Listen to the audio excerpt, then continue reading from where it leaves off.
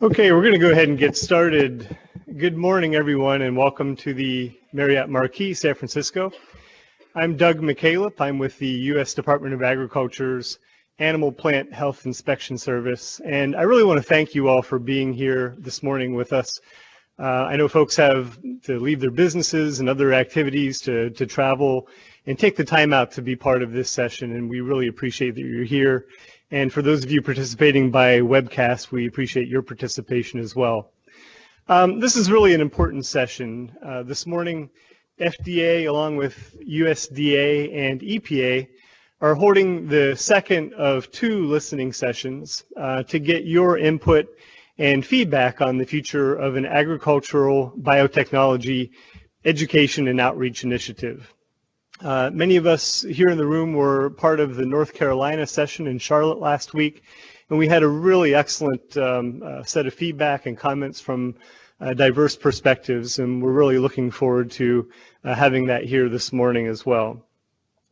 Following my comments, we'll have a few brief remarks from my FDA colleague regarding the role of the various federal agencies in regulating ag biotechnology. And then we'll move into the public listening session portion of our agenda here this morning. Before we get started, though, just a couple housekeeping and logistical items. We will be here, pretty solidly throughout the morning. If folks get hungry and need food items, just go up the escalator level to the lobby area, and you'll find up there the Mission Street Pantry, which has a variety of food items. Also, if you need restrooms on the opposite side of the elevator banks on this level are where the restrooms are located. Several of you have asked about Wi-Fi capability here in the hotel. I do know there is Wi-Fi available in some areas and not others. Please see the Marriott hotel staff if you have any questions about accessing the Wi-Fi system and where that is available to you. Media, if you are with the media and you haven't already registered at our registration table, please do so. That'll help us know who you are, and it'll help know when and how to interact with you. And if really you have any logistical needs or questions, please see the FDA staff that have a blue ribbon on their name tag. This indicates that they have answers to questions and can help get you what you need and make sure that you are in the right place and locations. So why are we here this morning? In May of 2017, Congress tasked the FDA in coordination with USDA to provide consumer outreach and education regarding agricultural biotechnology and biotechnology-derived food products, and this includes animal feed as well, through the publication and distribution of science-based educational information on the environmental, nutritional, food safety, economic, and humanitarian impacts of biotechnology. So that's really the mandate. That's why we're here this morning. This process is beginning, and we want to get feedback and input from you at the beginning on what this might look like. You'll notice I use the phrase biotechnology. That's the scientifically, I think, widely accepted term. It's what we use. It's what appeared in the congressional legislation. But we recognize that folks use a variety of terms to describe this. So you may refer to it as genetic engineering or GE. Others of you may refer to GMO. For the purposes of this morning, any of those terms is just fine. The most important thing is that we get your feedback and input. So we're not going to fixate on the exact terminology that folks use to describe the technology, because really your input is really the most important thing to help drive the future of what this initiative looks like. FDA published a Federal Register notice that really tries to focus the discussion that can help impact the process the most. And these three questions are the focus of this listening session and of the feedback that we need. Number one, what are the specific topics, questions, or other information that consumers would find most useful and why? Question number two, currently how and from where do consumers most often receive information on this subject?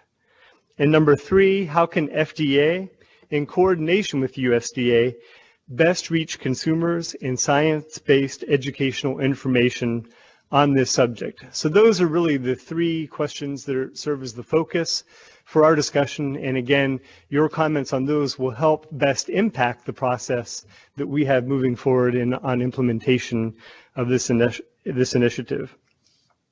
I have a list of those who have signed up to provide comments to us here in person this morning. We may have some additional time at the end of the session, and if you haven't signed up to give comments, but if you decide you would like to, you can sign up during the break that we'll have, and Miss Juanita Yates would be your point of contact. Juanita, can you stand so folks know who you are? Great, thanks. So see, Juanita, if you haven't signed up to provide a comment, but would like to, and again, if there's time and a slot to do so, Juanita can help get you signed up to provide comment. Each commenter will be limited to 10 minutes. That'll be a lot given the number of speakers that we have registered to provide input. So we'd respectfully ask that folks please keep to the 10 minutes, and we will give you signals if you've reached the limit of that time limit.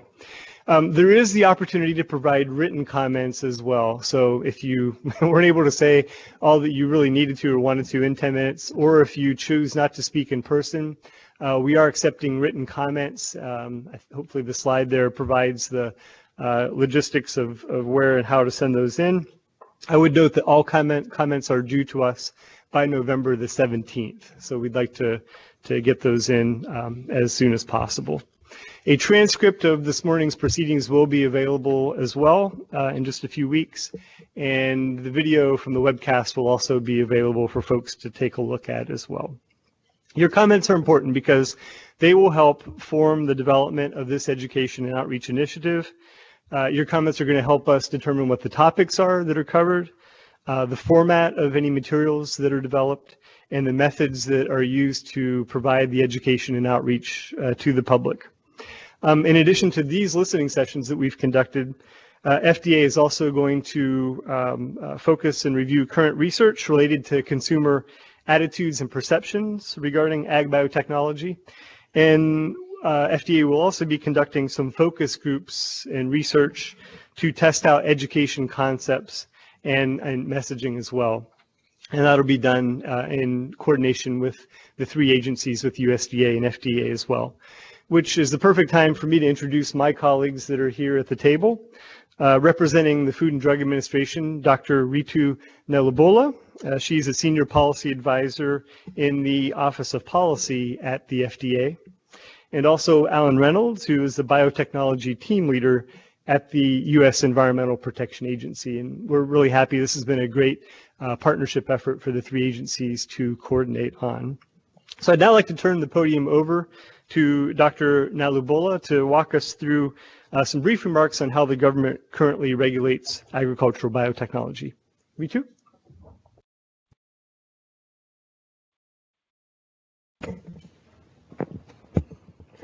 Great, thank you, Doug. First of all, good morning, everyone, and I want to echo Doug's comments just now, and thank you for your interest. Thank you for being here. This is, as Doug mentioned, the second of two public listening sessions that we are holding. The one in North Carolina was held last week. Really looking forward to your input today and also comments that will be coming into the docket. So I will give you a very brief overview of the federal government's role in the regulation of biotechnology products, focusing on agricultural biotechnology.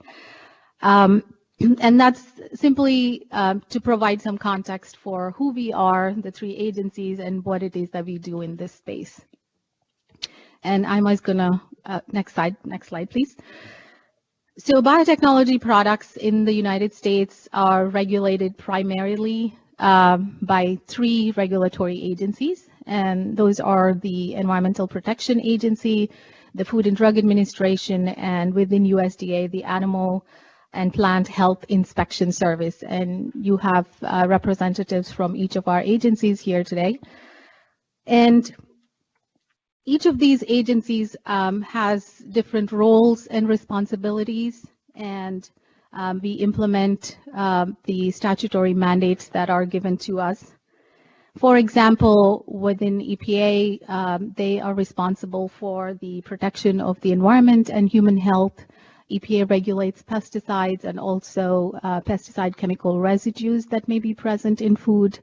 FDA regulates a wide variety of products, including we look at the safety of food for both humans and for animals, and also the safety and effectiveness of human and animal drugs. And APHIS, the Animal and Plant Health Inspection Service, is responsible for making sure for protecting agriculture from pests and diseases, and they regulate biotechnology products that may pose a risk to animal or plant health.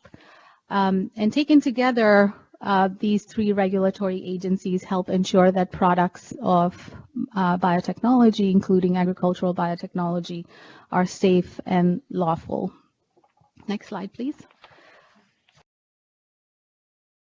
So we work together, the three agencies, under something that is referred to as the coordinated framework for the regulation of biotechnology. And this was a document, a framework that was first established back in 1986, another update in 1992, and most recently updated in 2017. It describes the comprehensive federal regulatory policy for ensuring the safety of biotechnology products. And there are some guiding principles that were first elaborated back in 92 and again reviewed and reiterated most recently in the 2017 update. And I will highlight just a few guiding principles here. The coordinated framework itself does not give new authorities to the agencies, but it notes that agencies will regulate biotechnology products using our existing statutes and regulations to ensure the safety of these products for their intended uses. And the three agencies strive to cover the full spectrum of plant, animal, and microorganisms and their products derived using biotechnology. And we do endeavor to operate our programs in an integrated and coordinated fashion. And within the three agencies, we conduct our evaluations of products based on the science and the evidence related to those products. We look at the product, its characteristics, its intended use, and the environment into which it is introduced in determining whether and what potential risks may be associated with those products for those intended uses. So taken together, the coordinated framework really seeks to find a balance between adequate regulation for the protection of health and environment and safety of products, and sufficient regulatory flexibility so as to not stifle innovation. The next slide. So again, today we are here really looking for your input and your feedback on areas related to agricultural biotechnology, specifically looking at the three questions that were posed in the Federal Register notice and the ones that Doug highlighted earlier. Today's meeting is an opportunity for us to hear from you. We recognize that there may be there is a range of views and perspectives on this issue, and we are seeking your feedback early in the process of developing this initiative, and so that your feedback can inform us as we develop and also implement the initiative consistent with the direction that was given to us by Congress. So again, I thank you for being here and look forward to your input today at the meeting, as well as the comments that will be submitted to the docket. Thanks.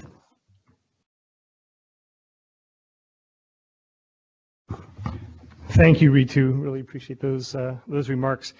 Okay, we're going to move into the public comment portion of our agenda here this morning, and we'll work down through the list as you are called. If you would please, you can use either of the two microphones located here on the floor. And we ask that you do use those microphones. Those will go directly to the transcription folks who will be making a recording and a full written transcript of the proceedings today. It'll also allow our cameras, for those who are tuning in by webcast, to see you from the cameras here in the room. If I mispronounce anyone's name, I apologize. I'll do my best given the written list that I have. And I would also note that all of you have folders as well, and those folders contain not only the list of participants here at the meeting, but also the Federal Register notice as well, so that, again, if you haven't commented and choose to do so in writing, that is an option as well. So I'm going to call up Daniel Westcott from the University of California at Berkeley to be first. And again, we appreciate keeping to 10 minutes. We will signal you if you run over, but thank you. Daniel. Hello. Hello. So we're going to? Okay. Hi. So I've got a written-ish kind of statement, but I may veer around. Feel free to stop me at any time. Hello, my name is Daniel Westcott, and I'm a graduate student in the Plant and Microbial Biology Department at UC Berkeley. I study the first step in the food chain, photosynthesis, how plants use sunlight to grow. Before graduate school, I earned a degree in science education, and before science education, I worked on an organic farm. Now that I'm in graduate school, I continue to do outreach and practice science communication through a student group on campus called CLEAR, which stands for Communication, Literacy, and Education in Agricultural Research. If you were to draw lines between agriculture, biotechnology, education, and outreach, I would find myself squarely at their intersection. I feel uniquely qualified to provide comments on the topic at hand. And so buried deep in this $1.2 trillion appropriations bill, we find $3 million set aside for outreach and education regarding agricultural biotechnology. It's a tiny fraction, 1/400,000th of the budget, but it has rightly raised some concerns. Many of the engaged citizenry here will wonder how such a line made its way into this gigantic bill, and many of the engaged citizenry here are right to be skeptical of the motivations of the authors of this part of the bill. Consider the phrase consumer outreach. That phrase is likely troubling to many people here. It implies that the government is a marketing firm, which it isn't. We're not consumers of government, we're citizens. We aren't consumers of government, we are the government. So educating the public on the risks and rewards of agricultural biotechnology is a worthy goal, one which I wholeheartedly support. However, I feel that clarifying the agency's motivation here is a critical step in achieving this goal. The current administration has done little to build trust among the public, and $3 million of taxpayer dollars towards an outreach effort has raised concerns that must be addressed if FDA and USDA want to make meaningful progress on this effort. So for too long, the conversation around agricultural biotechnology has been stuck. There are those who think that genetic engineering can be safely used to develop beneficial new crop varieties, and there are those who adamantly oppose any such use of genetic engineering. The dogmatic approach represented by those opposed to genetic engineering has resulted in a tribe of absolutists. Absolutely not, no matter what, no matter the possible benefits. I've read the comments for this docket and others on related subjects, and the general perspective that's best represented there is no GMOs, not now, not ever. This view will only be reinforced if we fail to address those concerns in a forthright and transparent manner. And I'm really glad that FDA and USDA has the opportunity to do that. So my first recommendation to the agencies in this effort is to reach past the established dichotomy surrounding agricultural biotechnology. Those opposed to biotechnology and agriculture have valid arguments and concerns that should not be ignored. They point to ways of feeding a growing population in a changing climate, such as organic and regenerative agriculture. These techniques have real merit and should not be dismissed. They can potentially sustain soil health over long periods of time and maybe last longer than the current large-scale agricultural methods and potentially have fewer negative impacts on the environment. But that doesn't mean that there isn't a place for biotechnology in these systems. Regenerative agricultural systems can be used in conjunction with biotechnology. And currently, our regulations don't allow for such thinking. We've got an organic system, a definition of organic that completely excludes any crops that are generated by using biotechnology.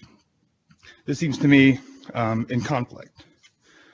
So you could use biotechnology to develop you could, and we do, use biotechnology to develop crop varieties that require less fertilizer, produce higher yield, and are less susceptible to disease.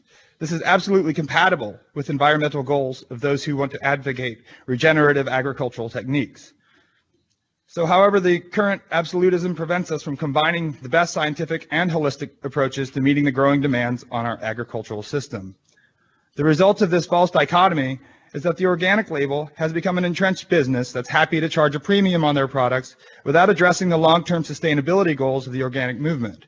On the other hand, those who aim to generate new crops using biotech need to be deep-pocketed, large companies if they plan to navigate the complex regulatory burden enacted due to public pressure and fear. There are economic interests on both sides of the debate who benefit from confusion and controversy. There's an absolute need for public outreach and education on this topic, and I'm glad that it's happening. As FDA and USDA move forward with this effort, I encourage these agencies to be considerate of the deep-seated values that people bring to this discussion. Those opposed to using biotechnology in agricultural settings are basing that opposition on the deeds of large agrochemical companies who were unresponsive and at times antagonistic to public concern. This has tainted the toolbox of biotechnology despite the positive applications of those tools. Excellent ideas and seeds gather dust in the basement of universities because of unwarranted fear. This outreach must not simply focus on information and science. These are important aspects of outreach. However, this effort must focus on values, risks, and rewards. The values, the students and scientists that I work with are the same as those who are opposed to the application of our science. We aim to make a better, more stable world for our children, and opponents want the same thing. We start from the same place. This educational outreach effort must begin from our set of shared values, and only then should science be introduced, and later a discussion can be had about the risk of enabling or disabling agricultural biotechnology in the face of a growing population and changing climate. In summary, it's critical that FDA and USDA are successful in their effort to elevate the debate of our citizenry on this topic. New tools are coming online that may fall outside of the purview of current congressional oversight, in my understanding, and it isn't totally thorough, but I feel like gene editing tools don't neatly fall into APHIS regulation, right? But that's a discussion that should be had as you move forward with the new technology that's coming online, like CRISPR and gene editing, may not necessarily fall into the existing regulations that are there, and we may need a public debate and discussion to force congressional oversight to provide a new mandate, right, for these things. So I feel like that would be a productive avenue. So I feel that scientific fact will not be enough to elevate this debate among our citizenry. The risks outlined by those opposed must be addressed. Similarly, the risks of abandoning these techniques must be addressed. The benefits of both technologies, regenerative agriculture and biotechnology, should be presented as synergistic and an opportunity to work from the best science and techniques that we have to meet our growing agricultural demands. They shouldn't be presented as oppositional. If we are to address the real challenges of meeting the nutritional demands of a growing population and a changing climate, we're going to need the whole toolbox and not any one single tool. If these agencies would like further resources that can enable the goal of elevating public discourse on the topic of agriculture and food biotechnologies, please don't hesitate to contact our group, CLEAR. We have a number of motivated graduate students ready to engage on this topic, as well as an established UC Berkeley faculty member who has worked for many years in this subject area. The last thing I'd like to say is that we take the approach in our group to actually just go out and be a public face for scientists. We go to farmers markets, we go to bars, we organize events to increase public discussion. And we do this without even bringing up biotechnology and agriculture. Usually it comes forward organically. And so instead of coming out and like providing lists of facts that will try and convince people with evidence, we first need to humanize the work that we do. And so I feel like that has been effective in just generating conversations and maybe potentially goodwill in this subject area. So thanks a lot for the opportunity to comment on this important topic. Great, thank you, Daniel. Any clarifying questions from members of the panel? Okay, we appreciate that. And we want to give everyone a chance to speak, but if speakers are able to stay until the end, there may be an opportunity for us, based on themes that we're hearing, to ask further questions from folks to come back to the microphone. So thank you, Daniel. Sure. Great. Next, I'll call Lynn McBride, representing the California Farmers Union from Lafayette, California.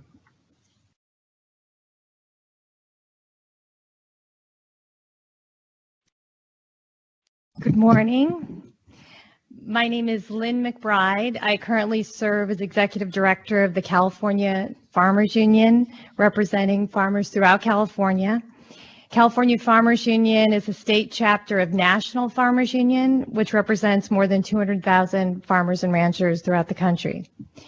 California Farmers Union was founded more than 20 years ago, and we represent farmers who grow both GMO and non-GMO crops.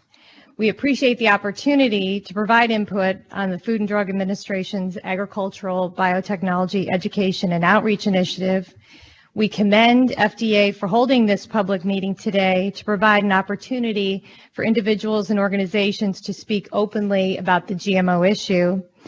We believe that only by engaging in an honest and open dialogue will consumers be able to make a more informed choice at the grocery store.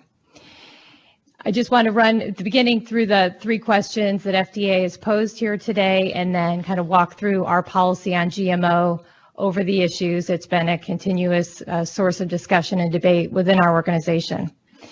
So in terms of question number 1, we believe that consumers would find it most useful for FDA to exercise greater oversight of GMO crops grown throughout the United States.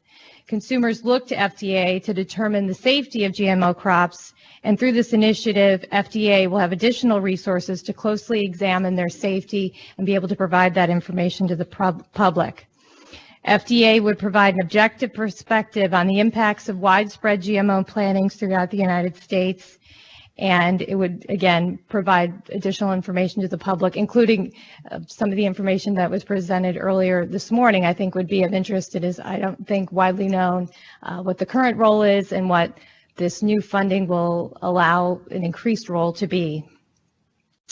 Number 2, when GMO crops were first introduced in the 1990s, most consumers were not on the internet and able to learn more about the impact of GMO plantings online. Today, consumers can find a wide variety of information on the internet and the media about GMO crops, as well as countless other topics. And just in preparation for this meeting, I did quite a few internet searches, and hadn't looked at this issue. I thought I was keeping track, but it seems like there's always more and more information on the GMO issue, be it pro or con. And I think as this, again, with this new funding resource, there'll be a way to more comprehensively look at that. Through the Agricultural Biotechnology Initiative, FDA could have a greater role in examining the GMO information that is already out there. And again, there's a lot of it. Take an objective view about its veracity and convey accurate information to consumers. In terms of question number 3, we think the best way for FDA to coordinate with USDA to provide science-based educational information is by reaching out and engaging with consumer groups, farm groups, other stakeholders to have a comprehensive discussion of the many issues surrounding GMO crops. By establishing a meaningful dialogue with consumer groups, FDA and USDA and EPA can listen to the concerns raised by consumers and farmers about GMO crops and work to address these concerns through discussions of current research showing the impacts of GMO crops, and by engaging in additional research that is of interest and importance to consumers as well as farmers who are out there using these technologies. And we urge FDA to reach out to farmers to speak about their experience with GMO crops and work to convey these stories to consumers to provide accurate information that consumers will trust because it's based on science and the real world experience of farmers. And then I just want to, again, run through some of our priority items that, again, this has been a topic of discussion within our organization for a number of years. And our priorities include expanding research funding for public crop breeding programs so that farmers have more varieties to choose from, including GMO and non-GMO crop varieties. We've long called for GMO labeling so that consumers can make an informed choice at the grocery store. We also call for taking steps to facilitate independent scientific research on GMO risks and benefits. take a more rigorous, independently verified approach to GMO product approvals so that products do not come to market until their risks and benefits are well understood through an objective and non-biased review. FDA should ensure the safety of GMO products, again, through independent testing and review. And we believe that all data used in the analysis of the health and environmental effects of GMOs should be in the public record so that the process is more open and transparent, which will increase the level of trust and confidence among consumers as well as farmers. Prohibiting government agencies from licensing genetically modified products that are not acceptable for both human consumption and animal feed. Requiring governmental regulatory agencies and input suppliers to ensure farmers are informed of all the potential market risks and segregation requirements associated with the planting of any licensed GMO crop. Requiring USDA to continue to research the effect of GMO feeds on livestock. Prohibit the sale of seed of pesticide-resistant crops if the pesticides have not received regulatory approval.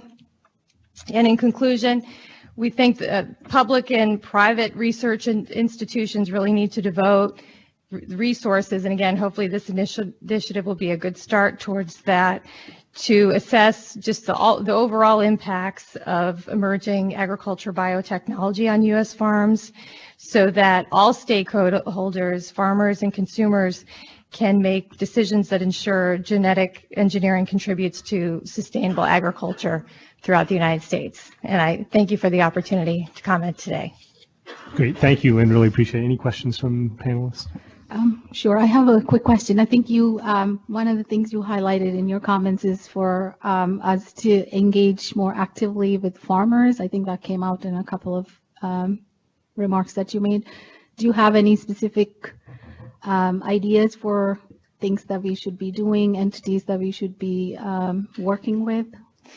Yeah, I just know that, there's been different sort of stakeholder processes that have been established. So if there's a way to invite different farm organizations and individual farmers in different areas, I know that's always a challenge when working with farmers, is they're usually out on the farm farming.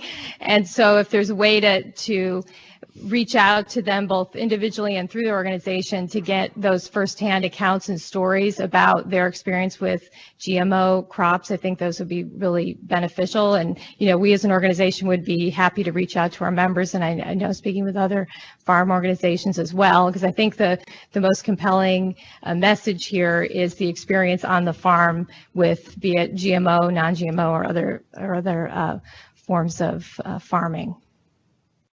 Great. Thank you, Lynn. Really appreciate it. Okay, I'm going to continue through our list of commenters, and if you happen to not be in the room when your name is called, we will come back to you. The next on my list, Douglas Jones with Growers of Biotechnology from Meridian, Idaho. Douglas. Good morning. And thank you for all three of the agencies for providing this opportunity to take public comment and listen to the thoughts of various groups who are interested in this topic area. And we all should be, because we all eat. First, let me tell you a bit about who Growers for Biotechnology is and about myself. Growers for Biotechnology is a group of farmers. And my board of directors is scattered from Oregon to Minnesota, so we're not in one local region specifically. And the organization was formed because these are people who believe in the use of the technology in production agriculture. My personal background, I'm just an old Idaho farmer, and I farm in an area of southern Idaho that's all irrigated. It's all row crop for the most part, and we grow nearly 200 different crops, very few of which are genetically engineered. In fact, in our own farming operation, there would only be two things that we would grow, a third in the neighborhood, that would be even available to us to buy that kind of seed. So one of the misconceptions is that genetic engineering covers everything in agriculture everywhere. But farmers make decisions about what they do based on personal beliefs, but also on economics. Farmers are sold on this technology completely in terms of production of major crops.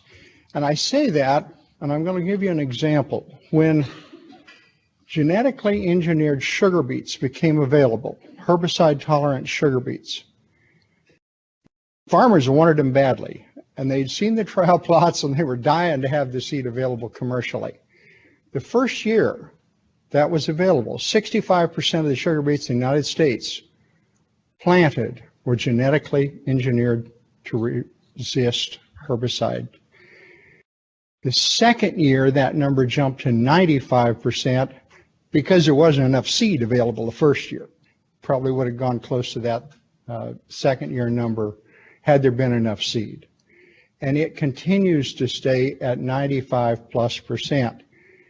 And the reason is farmers can see they can produce a higher yield, higher quality, less tillage, less inputs, less soil erosion to wind and water by the use of this seed. They make that decision based on economics of business. And the same could be said about the other crops that are predominantly planted with genetically engineered seed today. And there's only a half a dozen really. So those decisions are made for economic reasons. The people who grow those crops also are the consumers. We eat those things. We feed them to our kids and our grandchildren because we understand there is nothing wrong with those products today. We also recognize that other people have different belief systems and may have concerns about that technology. That's why there's a niche market for people to produce things using seed that isn't genetically engineered and to make a living doing it. And most of us are completely happy with that. If one of our neighbors chooses to go that route and can make a living, more power to them. So that's why the acceptance of the crop has, those types of crops has been so high in the farm community. It's not that some big seed company holds a gun to our head and says you have to buy this seed because it's extremely expensive. It's because farmers made a business decision that I can spend more on seed, but I spend less on tillage, less on pesticides, and get a higher yield and a higher quality yield at the end of the growing season, and potentially I make a better living doing that. That's why we accept it. There's conventional seed available, and in our personal operation, we did both. We didn't always buy genetically engineered seed that was resistant to certain things. We bought it when we thought the occasion warranted it for the particular place we were going to go or the crop we were growing. So that's where we are from the farm community. We recognize genetic engineering is just high-tech plant breeding. Farmers for thousands of years have saved their best ear of corn, their best seed. That was a form of plant breeding, not very scientific, but that was what happened. And we evolved within the last 200 years to being able to recognize that certain crosses of things will produce certain results. That was done low-tech on an experimental basis. Today, we have the technology to use scientific labs, electron microscopes, gene mapping, and other kinds of things to produce the outcome we want more quickly, not less expensively, but more quickly with more precise results. And today we have higher quality, higher yields, which helps keep the cost of food down. We reduce the amount of wind and water erosion in our fields. We have a smaller carbon footprint. We have less food waste because of some of the engineered varieties that are out there now that store better, process better, and produce less food waste. We have better nutrition in some of those crops. We use less pesticide, we use less fertilizer, and we produce higher yields and higher quantities of crops on less acres than we have in the past. So why the agricultural community is sold? So the problem comes with the consuming community. And we are subject to that as farmers because if we don't have anybody to buy something, there's no point in our growing it. So we need to deal with that aspect of the issue as well. And frankly, farmers are not very good at that. We're great at what we do of farming. We're not very good at public outreach, attending meetings, going to political events, and those kinds of things that need to happen to help educate the consuming public. So how do we turn that around? What do we do to answer the 3 questions that were posted earlier? And I think there's a couple of issues, and they really come down to society and education. Because we're so good at what we do, there are very, very small percentage of our society actually involved in production agriculture. And as people have moved away from the farm, generations have passed and they don't have any connection to where their food comes from. They don't have a grandparent or a family friend who still farms and you went out to the farm for Sunday dinner or something. That doesn't exist for most people anymore. So we've lost that connection. And the second thing is we've not done a very good job of educating people about food production and why we're efficient and why we do what we do. And unfortunately, today's society, particularly in this topic, is influenced more by a belief system than by science facts. And I say that unfortunately because dealing with belief systems is much harder than dealing with education on facts, where you can have a reasonable discussion and say, I produce more of this because I use this high-tech seed. But if your belief system is that there's something wrong with that seed, that's a harder issue to address. And some of that, I think, is societal as well, because we have less trust in big companies and we have less trust in big government. For you folks sitting there, as a society, and that's not everybody individually. So how do we change some of that? I think short term, we need to talk about the things I've listed: higher yields, higher quality, less wind and water erosion, less carbon footprint, better nutrition, less fertilizer, less pesticide. Those are things we know that we do and we can prove statistically. So we need to educate people about that. Second, we need to educate them about what has been talked about and what you 3 folks do with your agencies, the regulation, that it is highly regulated already and will continue to be regulated in the future, much more highly regulated than conventional plant breeding. So people need to understand that aspect as well. How do we get there? Well, I think short term, the education is the things I've just outlined to you. How do we make changes long term in people's belief systems? Belief systems are developed early in life, 20 years and under. So where near are time, we? sir, if you could. What's that? We're near time on your 10. So how do we address that? We start with teachers. How do we train teachers? We go back to the universities. How do we work with the universities? We need to work with the colleges of education in combination with the colleges of agriculture, particularly our land grants. So I think education is a long-term solution. And having used up my time, I will say thank you for the opportunity to visit with you this morning. And thank you to you and your agencies for providing this opportunity for a public hearing. Thank you. Thank you, Douglas. Any questions from panelists? Thank you very much. Next up on our list, Pam Larry, representing labelgmos.org of Chico, California. Pam? Thank you. Yes, my name's Pam Larry, and I've been involved in advocacy work for labeling of genetically engineered foods. My journey started in 2011 when I began traveling around the state of California to encourage people to have a ballot initiative to label genetically engineered foods, and it became Prop 37, and then started a whole cascade of people requesting transparency, honesty, and transparency in their food. This is very much about choice.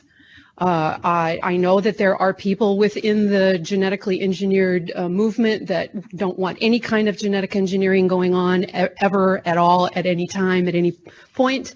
But the vast majority of us simply ask for choice and for protection for us not having to eat them if we don't want to. So therefore, we strongly advocate strong controls for organics.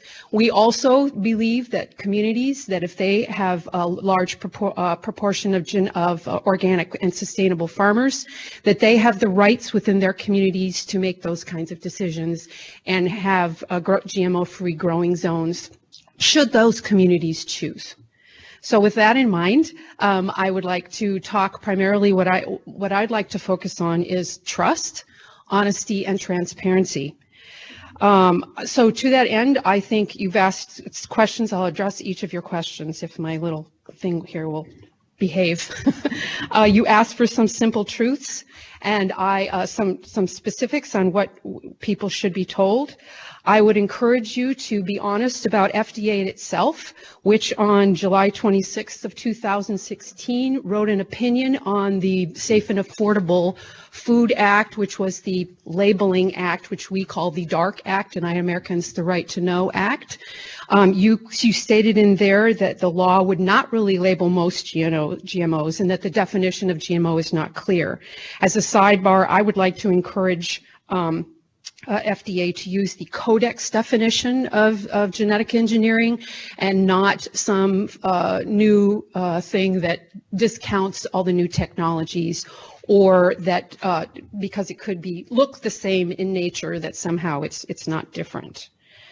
By the way, we in the movement thanked you for that. You said some other things, and it gave me a bit of encouragement that there were some agencies at the federal level that might be looking out for citizens and consumers. Thank you.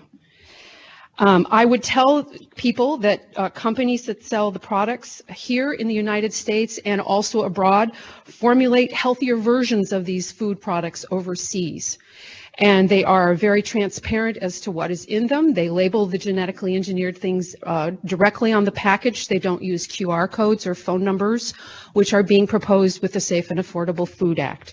They also are very quick to leave out a lot of things because a lot of the health agencies in those countries are much more strict than our countries are, and our country allows a lot more ingredients and additives in than the other countries do. But people, I believe, in this country have a right to know that we are the ones that are being given the stuff that I consider poison and junk. Please tell people that there has never been one long-term longitudinal study on the effects of eating genetically engineered foods in the United States. That is a fact. When I say that out there on the road, some people who are very pro-biotech will say, well, it's unethical to do experiments on humans. And I am baffled by that logic, that it is okay to feed this to our children, but it is unethical to track the effects. Okay. Tell them that one of the only ways that those of us on the ground know about what's really going on with corporations and the agencies is through the processes of Freedom of Information Act and court discovery documents. And we have found out quite a bit this year and last year through those two processes. We've found out that the FDA's, years ago, we found out that through I don't know if it was through FOIA documents, I think it was, that FDA's own scientists were concerned about allergenicity and toxicity in the 90s. Okay, we've found out lately that that the educational campaign, which has been going on for quite a while, is a very well orchestrated PR campaign that's a lot of money spent on by big food and big agriculture, big biotech agriculture, and that if any scientists, we have proof of this, we have documents that any scientists that come up with any kind of evidence that's contrary to large profit margin companies, that they are attacked, they are oftentimes vilified, their families. I mean, and it's not just GMOs, it's pesticides and other things too. Tyrone Hayes being a prime example of court documents which show the coordinated, concerted attack on him and his family. So it is not unbiased science that we're being given. We know quite a bit about glyphosate. We know that a different agency, not yours, thank heavens we are, but rather the EPA. We know that, and I can't remember his name, didn't have time to look it up, but that someone in EPA talked about getting an award for pushing glyphosate through. We know tons about the fact that the manufacturers withheld information, that they out and out lied about stuff. And so why would any critical thinker trust the data? Why would you guys trust the data they're giving you? I mean, I'm asking you this as a human. I'm not really asking for, it's a rhetorical response, but, you know, as one human to another, if you have repeat evidence that a specific company or a group of companies is withholding information from agencies, whether here or in Europe, is lying and attack scientists who go after, who come up with differing data, why would you as a human not question the data that you're getting from them? Tell them also that this kind of activity is not unique to the GMO thing. Pesticides, cigarettes, how long were we told that cigarettes were okay? How long were we told that trans fats were okay? How long were we told, you know, I mean, people have to, it's furniture, sugar. Everybody who goes after or tries to raise questions about the safety and ask for true, unbiased, unbought science were labeled as wackos and vilified and attacked. I mean, online, it's vicious out there. I don't even hang out there anymore because, and there are a couple of them today I noticed on your speaking list, that really go after people and with emotions rather than just science. And all we're asking for is that FDA doesn't go back 35 years from now like they did with trans fat. I call it the oops factor. Oops, sorry, we weren't right. You know, sorry, the data that we had wasn't correct. I'm just asking you as a human to look to that pattern. Please tell them that the poster child study that they put forward, the 3 trillion meals, you know, and nobody sick, you know, billions of animals eating this stuff. 95% of it was chickens that were killed at 47 days. Instead of living out their lives, and that there were only a few parameters that were used, one of them being weight gain. And if that was the case, then you know, nothing about toxicity to the body or the organs or anything like that, but weight gain, production, how quickly they got to production, and mortality and rate. And that if that was the case in this, extrapolated to United States, we would be considered the healthiest people on the planet, and we are not. Okay, so let me see here. In regards to how and from where do consumers mostly receive information on this subject? We as citizens in this country receive the information from a variety of sources. We hear things online, in papers, radio, TV, and from friends, family, and trusted and others in our sphere. And I and most people that I know rely on peer-reviewed science and the scientists who actually do that science. And if we don't understand something about it, we ask trusted scientists. I have a question though. You ask, where do people receive their information? And people can, oh, I have 1 minute. 1 minute. Okay, they receive their information, but do you want them to trust it? Do you want to just give them information? It doesn't matter how much information you give them. If they don't trust the information you're giving them, they aren't going to take it in. And if you start calling CRISPR and things like that not genetically engineered, do you think that's going to increase the trust level? I would suggest to increase trust that there be a study done, that this money be used instead of marketing for a very lucrative business technology, that you instead use the money to have a large study done with, if we can get them all in the same room, people like Pamela Ronald, Kevin Folta, Gilles Seralini, Michael Antoniou, Angelica Hillbeck. You get everybody in the same room at the same time. You probably have to have bodyguards and filming, 24/7 filming. But do a study on the health issues that both sides will trust. Thank you so much for listening.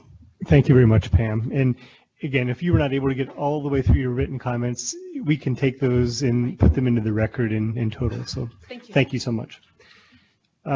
Next up, James Allison from Loveland High School, located in Loveland, Ohio.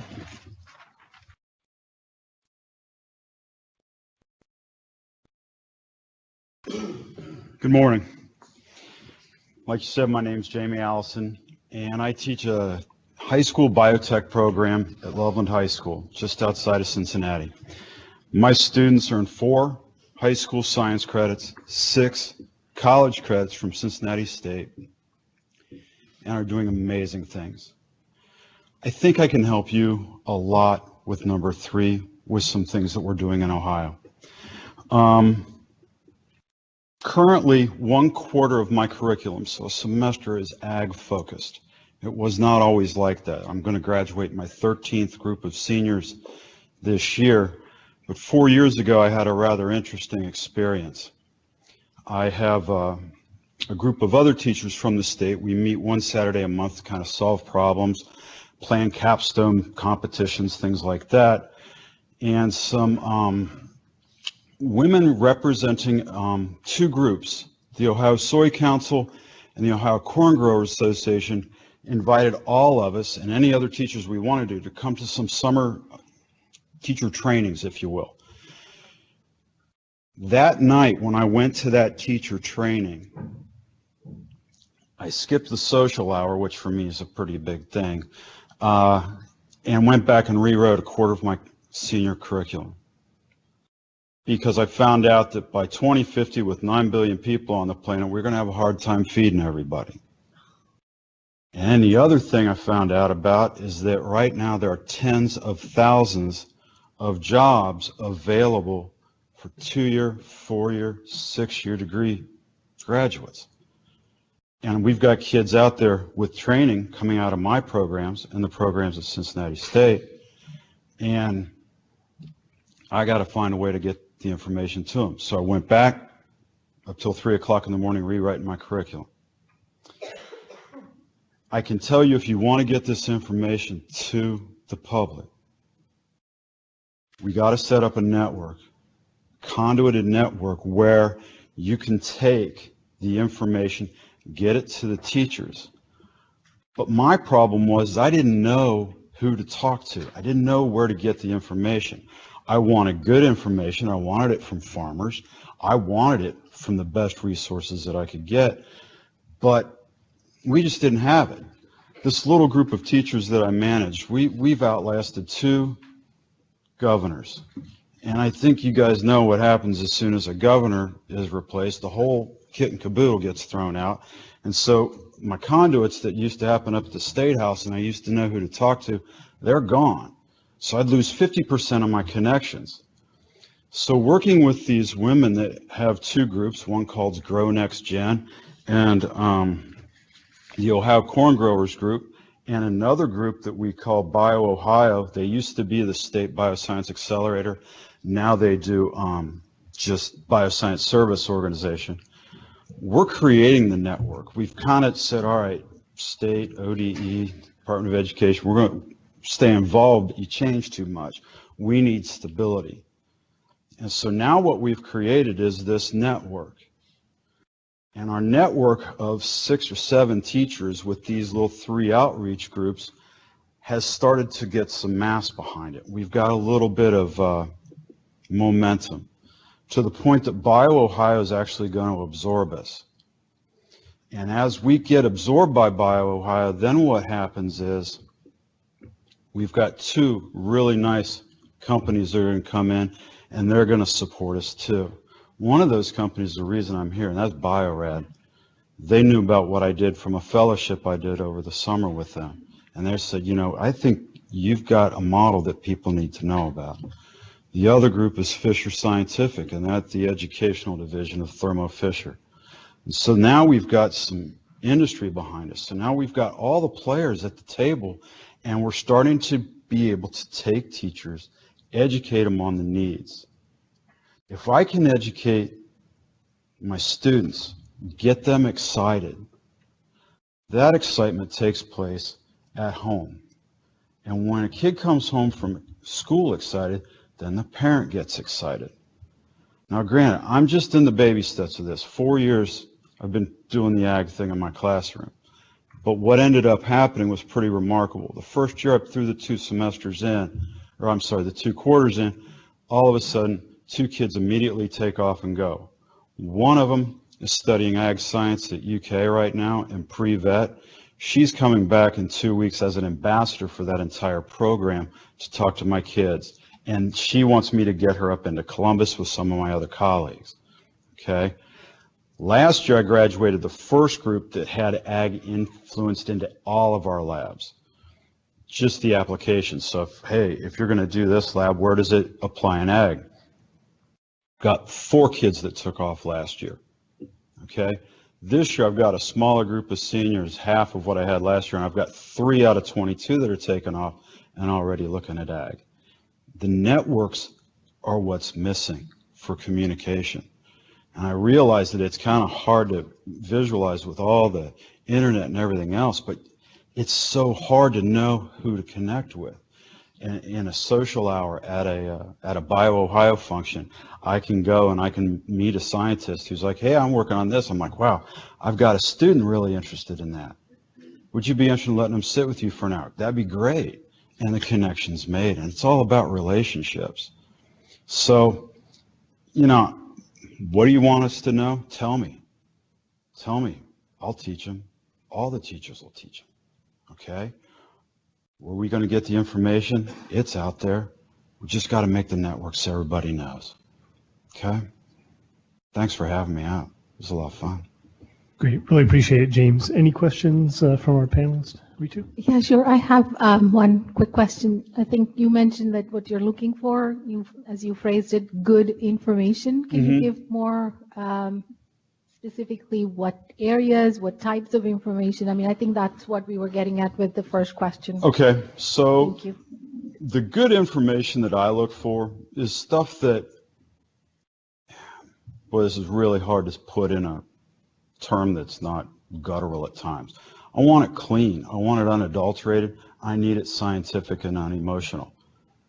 The information right now that you get on CRISPR comes out so fast, you really have to double, triple, quadruple check your sources.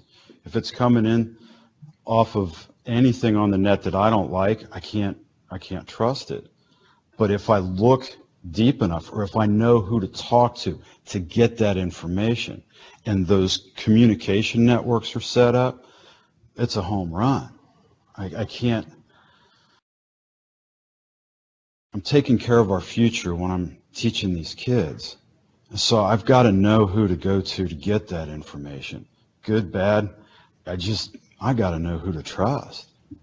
And so working with industry like I have, I've started to put this network together. And like I said, we just kind of create these conduits and everything else to make the connections go. With help from you guys, the networks can just be really stable. That's the big thing. I don't want to have to throw it out and reinvent it every other year. Good. Thank you, Jamie. Really appreciate it very much. Next up, Yvette D'Entremont. According to my list from sciencebabe.com, Vallejo, California. Yvette, are you in the room this morning? Okay, we'll move down the list and we'll check to see if Yvette is with us a little later. Wendy Hershey with FEP of Concord, California.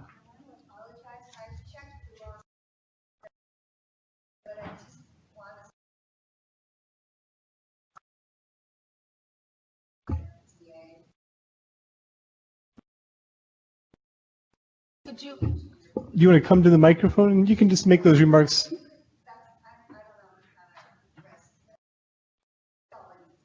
Okay, thank you. So we'll make sure the record reflects that Ms. Hershey did not intend to provide prepared remarks in her registration, that she had checked the wrong box, and she did express general mistrust of the agency information that she has received to date. Is that a fair characterization? Okay, thank you, Wendy. Appreciate that. Next on my list, Dan Jansen, who is with Curriculum for Agricultural Education from Christmas Valley, Oregon. Dan, if you would please come forward to the microphone. Oh, my list had indicated that Clay was not present, so if I'm incorrect on that, I will be updated.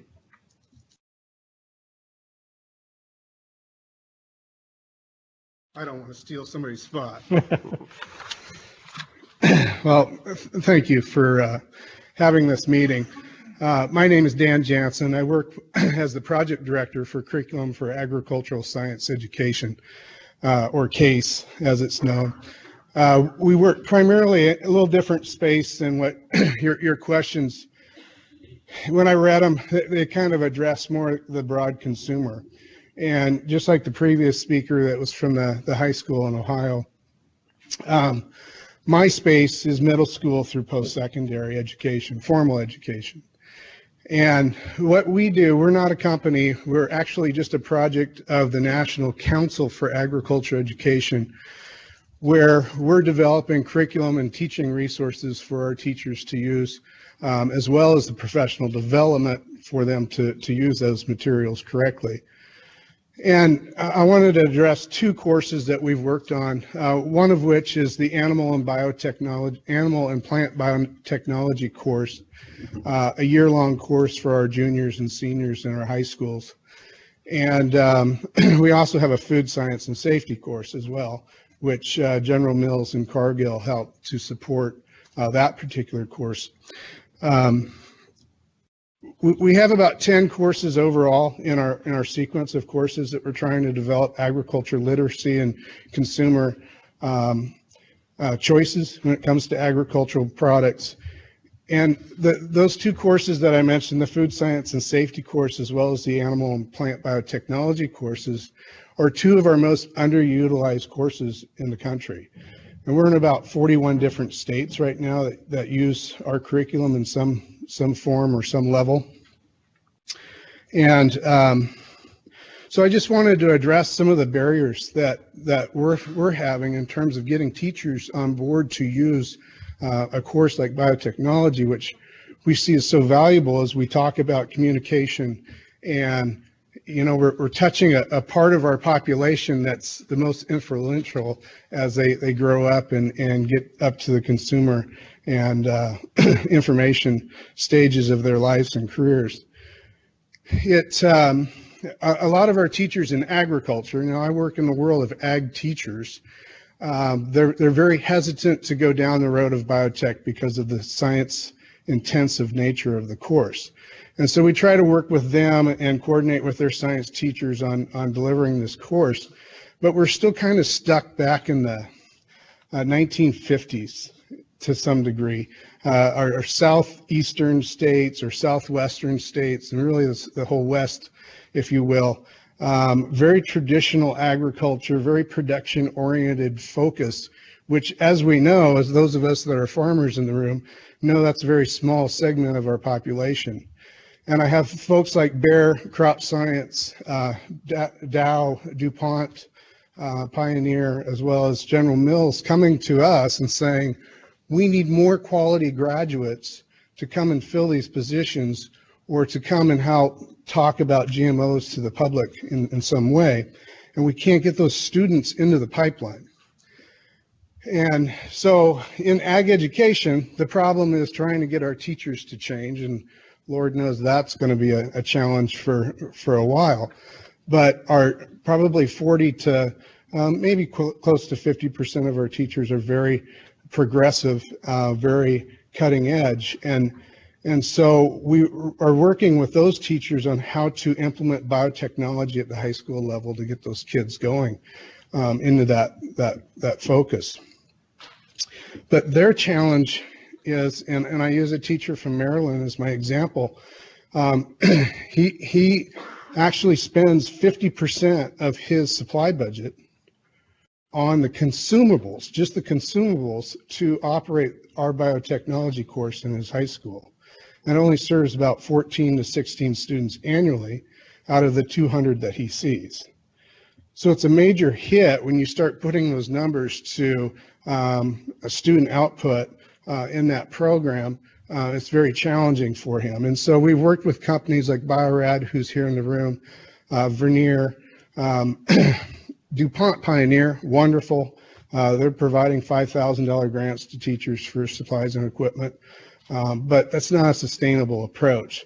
So we're trying to figure out ways that we can encourage teachers to get that startup, autoclaves and centrifuges and pipettes or just expensive equipment to model real life practice of biotechnology to help those students to understand and project what biotechnology is. You talk about trying to communicate what biotechnology is. If you've done it, whether you're in that career or not, you have a greater appreciation for what that profession's about or what that aspect's about. So that's some of our challenges that we're faced with. And I just wanted to bring that up. Money and time is always the big issues as we try to educate public. But we have an opportunity with CASE, and I just, sometimes these discussions go down the road of, well, we need to develop curriculum resources. We've got tremendous curriculum resources and professional development for teachers. We need to find a way to help support their efforts in bringing it alive in their classrooms because that will have a direct impact. I want to take that hat off for a minute.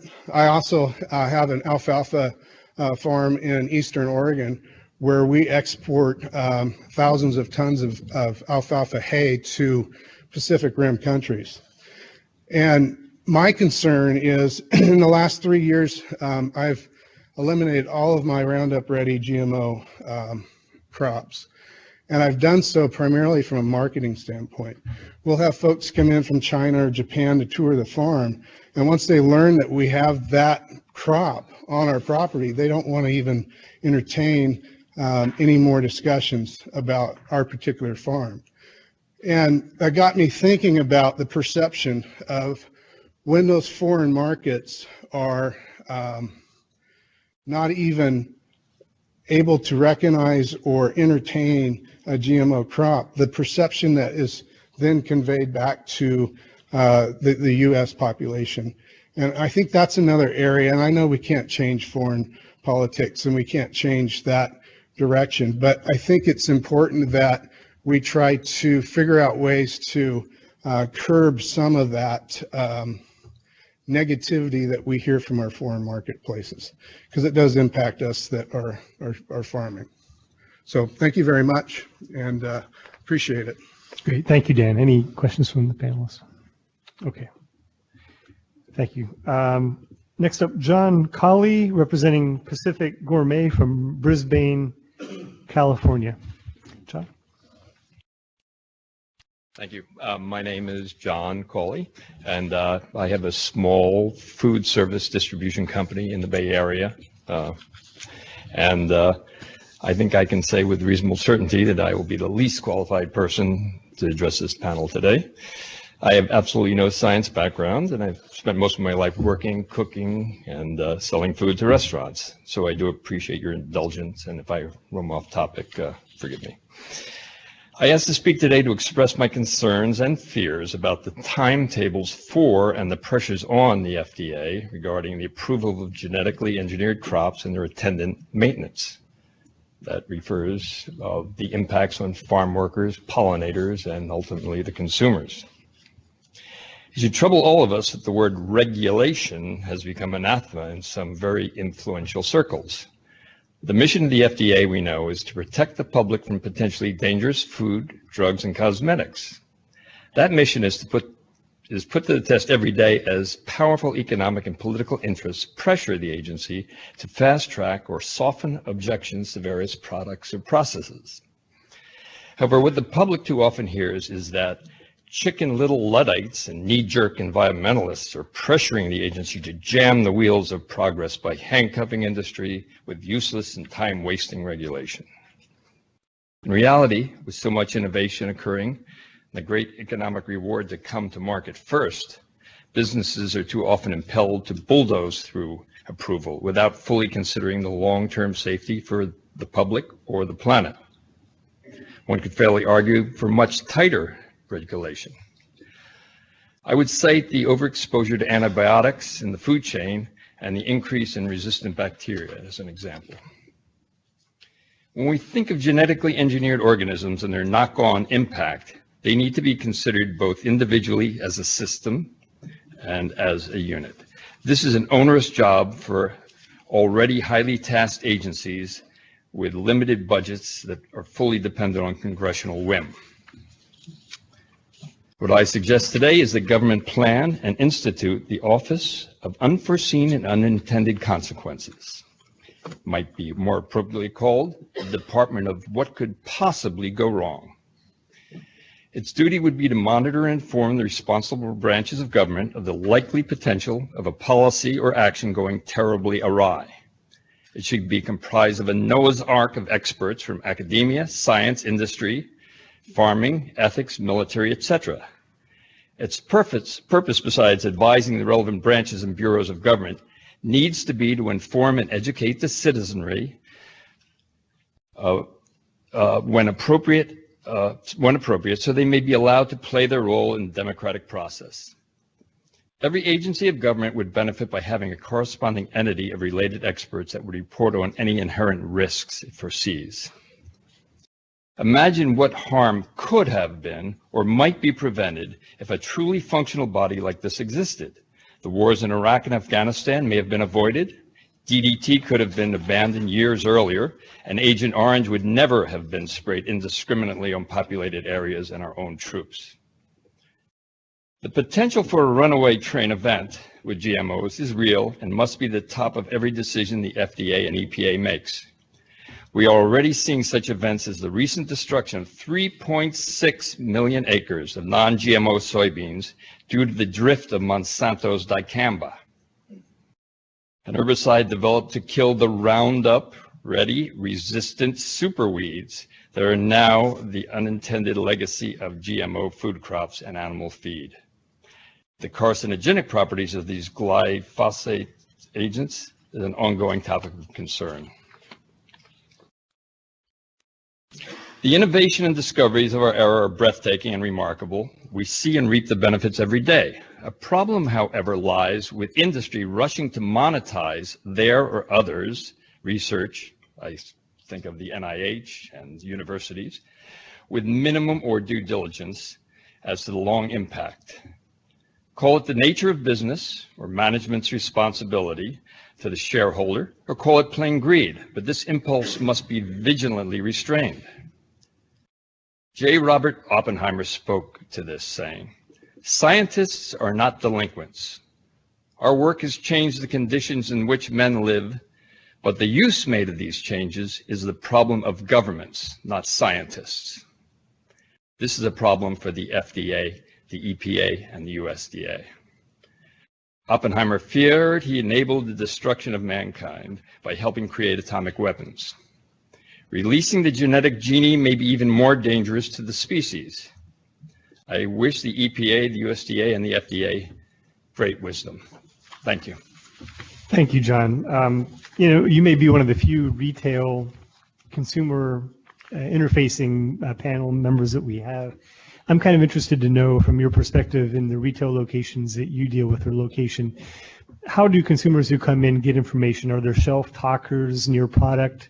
Do you have other types of information located at the point of sale that a consumer would see or interface Well, actually, with? I can't help you there because I do food service to restaurants. Okay. And in the Bay Area, as you're probably aware, there is a stronger concern perhaps than in other parts of the country about the makeup of the food that the people eat. We see a premium for non-GMO product and for organics as well. However, that premium stops when the price gets too high. So there is a little perhaps hypocrisy there, but it's still in demand, and I think it's a growing area, and we've seen it with the Walmarts and the Costco's bringing on more and more organic product, for example. Good. Okay, thank you, John. Any Thank you. other questions from the panelists? Okay, appreciate it very much. Next up, Christine Train from Pacifica, California. Christine, are you here in the room? Okay, we'll come back to Christine. Carl Haro von Mogel with Biology Fortified Incorporated of Stockton, California. Carl?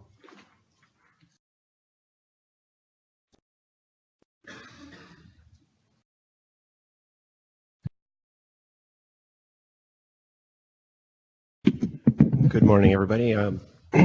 So my name is Carl Harville-Mogul, and I'm with Biology Fortified. We're an independent nonprofit organization supported by members of the public. And our mission is to enhance public discussion of biotechnology and other issues in food and agriculture. And we're really pleased to see Congress supporting an education and outreach initiative on biotechnology through the FDA, and we're happy to help inform this process from our experiences. And so I'd like to address the three questions that are posed here this morning.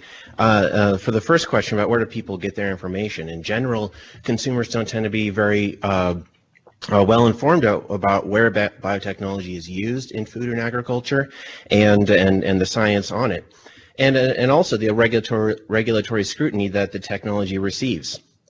The FDA can play a pivotal role in helping the U.S. public understand these aspects of the technology. The most useful information for consumers would be general information about the technology itself, how it works, and the regulatory process. The FDA can work with the EPA and the USDA to share information about the entire coordinated framework and from the perspective of the technology and the regulatory process, but not really focusing on the specific products.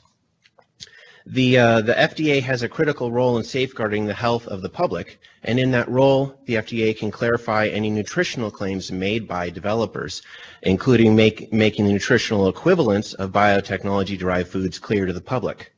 The role of the FDA should not be to focus on specific products where there's no substantial difference between them and foods produced through biotechnology, but to clarify how the FDA determines this aspect of foods during the regulatory process. However, the FDA should provide specific product information about those products with altered nutritional properties, some of which are just beginning to come out. So far we have a lot of foods that are not nutritionally different, but we're starting to see that change. And so the public needs a good place independent of the companies themselves to get information about these and find out how they may affect them nutritionally, both positively and negatively. The safety of products produced through the use of biotechnology is also a critically important issue for the public. A 2016 Pew Research survey on the public and scientists' perspectives on biotech showed a 51-point gap between the public and the scientific community on the issue of safety. There is a scientific consensus on the safety of genetically engineered crops currently on the market, yet the survey indicated that the public perceived greater disagreement among scientists than there actually was. The survey also indicated a low level of awareness of the issue and knowledge of the subject. We've observed similar trends in our experience and have devoted significant efforts to communicating the safety of these foods. But by making the FDA's role in determining the safety of the products of biotech more familiar to the public, the FDA can help increase public awareness. Information that would not be useful would be specific rebuttals to every claim made. There is so much misinformation that debunking can quickly become a waste of resources and can have a backfire effect by elevating those claims. That said, common misconceptions might be clarified in, say, a Q&A style or other documentation that's secondary to the primary information sources. And people are increasingly interested in learning about farm impacts, and working with the USDA, you can provide general information about the farming context in which these crops are grown. So to address the second question about where do consumers most often receive the information on this subject, I mentioned the Pew poll, and that shows that there's a lot of work to be done. Understanding of biotechnology is lower than other subjects, including evolution. If you just simply do a web search and put "Are GMOs blank," add a letter, go down through the alphabet, you will see that the safety question is one that comes up very, very commonly in every kind of suggested search result. That's something that people are very interested in learning about. But if you put if you start, conducting those searches, you'll see that the first pages that come up usually end up being pages from organizations and individuals who are 100% opposed to the technology, or the companies themselves, who I think would be pretty much 100% in favor of it. So some sources in favor and some sources against are funded by competing industries or even NGOs where their business model is based on alarming the public. But consider the different media types. There's traditional media sources and there are social media sources. There's very little mainstream media coverage. It's only when it gets up into some controversy related to a study that came out, or a few other things like the National Academy of Sciences reports that come out, where the traditional media covers it. But it usually doesn't get very much attention. And usually that kind of coverage is sensational. Yet the research shows that the vast majority of the American public is not polarized about the issue. You'll certainly hear this morning, and you've heard already, some very differing views on biotechnology, but the vast majority of people are still open-minded and are still curious and looking for information, and they need a good place to get it from. So to address your third question about how to best reach consumers with science-based educational information, that's something we've been trying to think about a lot. So the FDA recently put out a small infographic on how biotechnology and plant breeding works. It was very, little beads on a string, and it was very helpful. And the associated text was very informative for the public, and it was actually communicated very widely. And we were kind of surprised that it just came out, and it was very informative and useful. We'd like to see more resources of that kind, concise and shareable for social media. We'd like to see resources that professionals, including doctors and dietitians, can point to when members of the public have questions about biotechnology. These need to be social media friendly and can include images, maybe even short videos. Perhaps fact sheets that doctors and dietitians can hand out or put on a bulletin board, lessons for public school teachers to use. You can share information from well-respected sources, such as the National Academy of Sciences reports on biotechnology would be a very good source for comprehensive information to base it off of. We'd also like to see the FDA work with science communicators that have been working in this space. You don't need to reinvent the wheel. Work with those who have real-world experience and know the landscape. And then also consider the deficit model of communication versus other models. So the deficit model is if you have this gap of understanding, it's just, oh, we'll put out facts and therefore people will learn this, and then you've closed this gap, this information deficit, as it's called in science communication. But it turns out that's not how everybody thinks. That's not how everybody works. We think about trust. We think about values, things that intersect it, and those color our interpretations of those facts. So perhaps thinking about a trust model of communication would be very helpful. The information is out there if people want to find it, but instead they're finding information from people that they trust. So federal scientists are already fairly well trusted, but they aren't necessarily within reach of the average consumer. Getting both the FDA and other scientists and science communicators in front of wider audiences, both virtually, in the media, and in person, can make a huge difference in gaining trust. Getting scientists, farmers, and other good communicators in all sorts of radio, TV, and social media shows would reach many people. We also, lastly, suggest creating resources like slide decks, making those available for science communicators to use, not on behalf of the FDA, but in general to help people provide fact-based information in their communities. You can even send speakers to conferences for professionals, such as the Academy of Nutrition Dietetics conferences, general science conferences, and many others to ensure that professionals can easily find resources. Thank you. Thank you, Carl. One thing really struck me in your comments. You mentioned using social media, that there's a role there, that we should try to utilize it. And then I heard you talk about, the trust model versus the deficit model. And when I think trust model, I think in social media, there's so much information out there. So how specifically would you recommend that these three agencies, through an education outreach initiative, might somehow utilize social media in that area? Yeah, just from the top of my head here, providing things that could be easily shareable, and then finding networks, many of which already exist. I'd be happy to provide more information about this and put it in a form that they can all start sharing it. Sometimes we get surprised when we put together a meme, just a little bit of information about something that we just learned. I think people should know, attach an image to it. We send it out there, and sometimes those just go everywhere, and it surprises us. But some of them, like that beads on a string graphic that came out, did actually go pretty far. And we've made some infographics ourselves, and some of them I end up showing up in a Facebook discussion intending to go, oh, we made a graphic that explains this, and somebody's already put it in there. So at least, creating those kinds of things and finding who you could give them to would be helpful. And even, you've got different kinds of networks who you could tap into.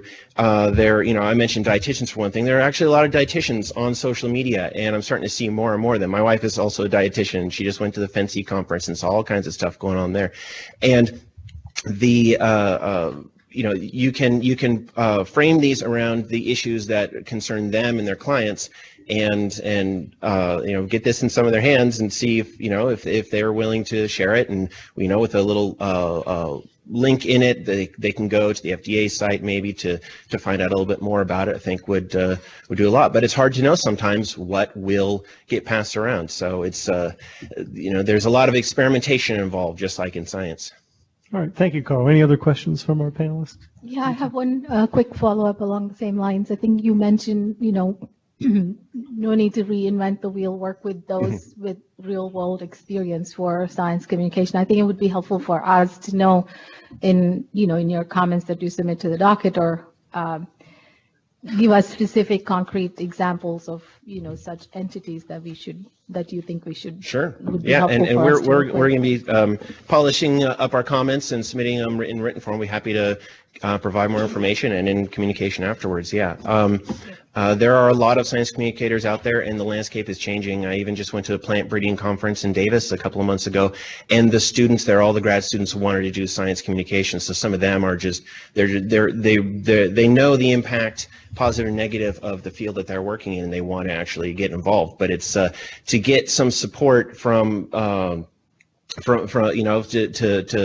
help them pursue those interests while they're studying and all that would be great.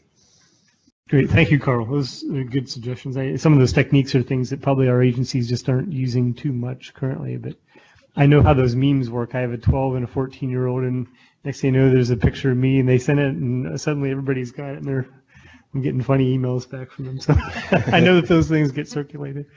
All right, it is time for a break based upon our agenda. So if we could be back in the room promptly at 10:25 to continue. So again, there are facilities on this floor, food located one escalator ride above us. So, but please be back in the room promptly. We're going to start right at 10:25. If you haven't signed up to speak and would like to see Juanita wearing the green coat and with the blue ribbon on her badge, rightfully she has that blue ribbon on there for good reason. So, okay, thanks a lot. We'll be back at 10:25.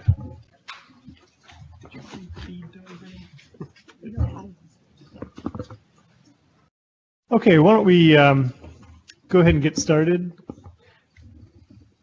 Our next speaker on our list is Dana Pearls with Friends of the Earth from Berkeley, California. Dana? Okay, move this. Oops. If you tilt it down, that'll get you where you want to go. There you go. Okay. My name is Dana Pearls. I'm the senior campaigner with Friends of the Earth US. I'm pleased to comment on behalf of Friends of the Earth to the FDA, USDA, and EPA about the new Agricultural Biotechnology Education and Outreach Initiative. Some of this also may actually be applicable to the coordinated framework, which you mentioned earlier. The stated goals, as we understand, of this program are to provide education and outreach to the public on agricultural biotechnology and food and animal feed ingredients derived from biotechnology. In my comments, I would like to share suggestions about what Friends of the Earth believes should be done in order to have an effective initiative which will build credibility and trust. In particular, I will focus on food and animal ingredients derived from what I will call genetic engineering, including gene editing engineering and synthetic biology. So your first question was, what are some specific topics, questions, or other information that consumers would find useful? I'd say that the first one is that people want to know both the potential benefits and, more significantly, the potential risks about agricultural biotechnology and biotechnology-derived food products and animal feed.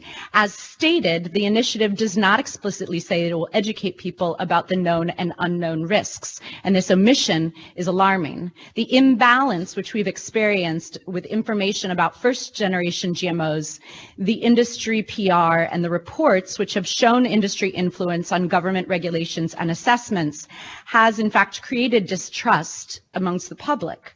So credibility requires you to address the concerns and name clearly what actually we don't know, what hasn't been studied, what still needs to be understood. Credibility means that this is not to be biotech industry-driven education. This also means staying away from false generalizations like there is scientific consensus about safety. These generalizations erode credibility. People want to know what modern genetic engineering is. What is synthetic biology? It must be clear that whether it's RNAi, talons, zinc fingers, or CRISPR, this is genetic engineering. It also should be clear that we are still learning about these techniques. There's a lot of PR about CRISPR, particularly in hopes for its application, that it's precise, that there are no problems. And one would think from the way the media poses that all the problems have been worked out. We know that this is far from the truth, and the FDA needs to educate people about the very real concerns and the questions that are also being discussed in scientific journals. People want to know what the different genetic engineering applications are. This has changed vastly in the past 10 years. We are no longer just talking about GE cotton, soy, and corn, but now we are also talking about GMO apples, symbiovanillin, BioDirect, RNAi spray, GE salmon, GE moths, GE algae oil, omega-3s. The list has expanded far and beyond what most people know. People want to know how these new biotech applications are going to be assessed and regulated. I think there are a number of questions that must be addressed, and if the answers aren't known, then they need to be honest about it. What are the regulatory gaps that still need to be addressed? Although the FDA may have some existing risk assessment frameworks, I would argue that there are currently no adequate national regulations which fully address new genetic engineering techniques and gene editing techniques such as CRISPR, particularly some of those which are already being applied today and whose products are already on the market. People want to know what the new processes will be for assessing and regulating these biotechnologies. We desperately need updated processes because there is a higher uncertainty of risks posed by the new genetic engineering and gene editing techniques due to symbio's increased depth of intervention in living organisms and biological systems. The rapid rate at which these technologies of synthetic biology and genetic engineering are evolving pose new challenges for regulators, and this needs to be transparently acknowledged in any communication. Friends of the Earth recommends that the FDA and the USDA and the EPA use a precautionary regulatory approach, one that is process-oriented as opposed to product-oriented, and in which the FDA assesses and addresses the direct and indirect impacts and risks throughout the entire life cycle of genetic engineering production, from the inputs to the labs to the final product. Risks may include environmental contamination, worker exposure, as well as socioeconomic impacts. It should also be clearly noted and addressed in education that current, generally regarded as safe, is a voluntary safety assessment, not a mandatory third-party assessment. And when companies say this has been considered GRAS, there is a lot of misunderstanding about what that means. So the FDA should be transparent with consumers. Should be made clear that no new kinds of genetic engineering should be by definition grass. They simply have not been researched long enough to be considered general, and there hasn't been enough safety assessments to be considered safe. And most people don't know, but should, that companies often present their own data analysis to regulators and may put their products on the market without FDA assessment. We saw this recently when the FDA said that it couldn't deem the Impossible Burger's synthetic biology heme as safe based on the existing data. There just simply wasn't enough data to be able to make that claim. However, Impossible Foods then put the Impossible Burger on the market anyways without having shared new data with the FDA to demonstrate that the initial concerns had been resolved.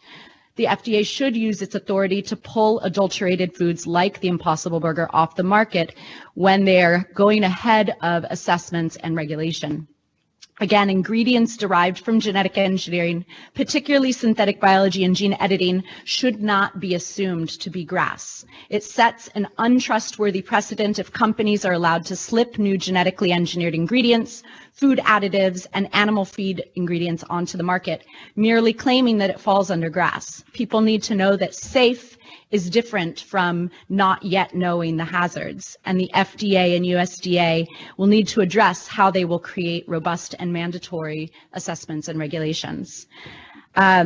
Lastly, on this question, the FDA and USDA must address GMO labeling.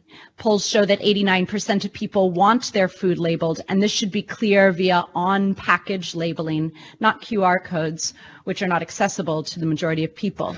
Labeling should apply to all ingredients derived from genetic engineering, including genetically engineered processing aids, gene editing, and synthetic biology.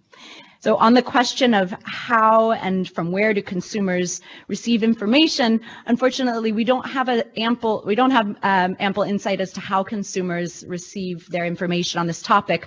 We keep up-to-date information on our website, and our members receive timely information through email, social media, our website, as well as direct mailings. The question about how can the FDA, in coordination with the USDA, best reach consumers with science-based education. Also, we don't have strong recommendations as to how to distribute information aside from the way my organization does. However, it will be important for the FDA to not reinforce big agricultural PR claims that we now know that data doesn't support. So I'll just leave you with saying that the FDA really needs to claim a space of full transparency using science-based information about the potential risks as well as the benefit, and talk about how the agencies will address the need for mandatory regulations and assessments for these new applications before they hit the market. Thank you for this opportunity to comment. Thank you, Dana. Any clarifying questions from members of our panel? Okay, thank you so much, Dana. Really appreciate it. Next up, we have Lisa Hermo Almendarez with the Empowered People of Menifee, located in Sun City, California. Yes. Lisa? My name is actually Lisa Germo. It was spelled, everybody gets it wrong. And I'm here representing Moms Across America. We are a coalition of unstoppable moms raising awareness and GMOs and related pesticides in our food systems. Empowered kids, healthy moms. I am not a scientist. I'm here as an awesome mom. And through my research, forced by having a sick child, I am here 5 years later. I believe that we really need to look at the independent science, not science from any chemical company, including Monsanto.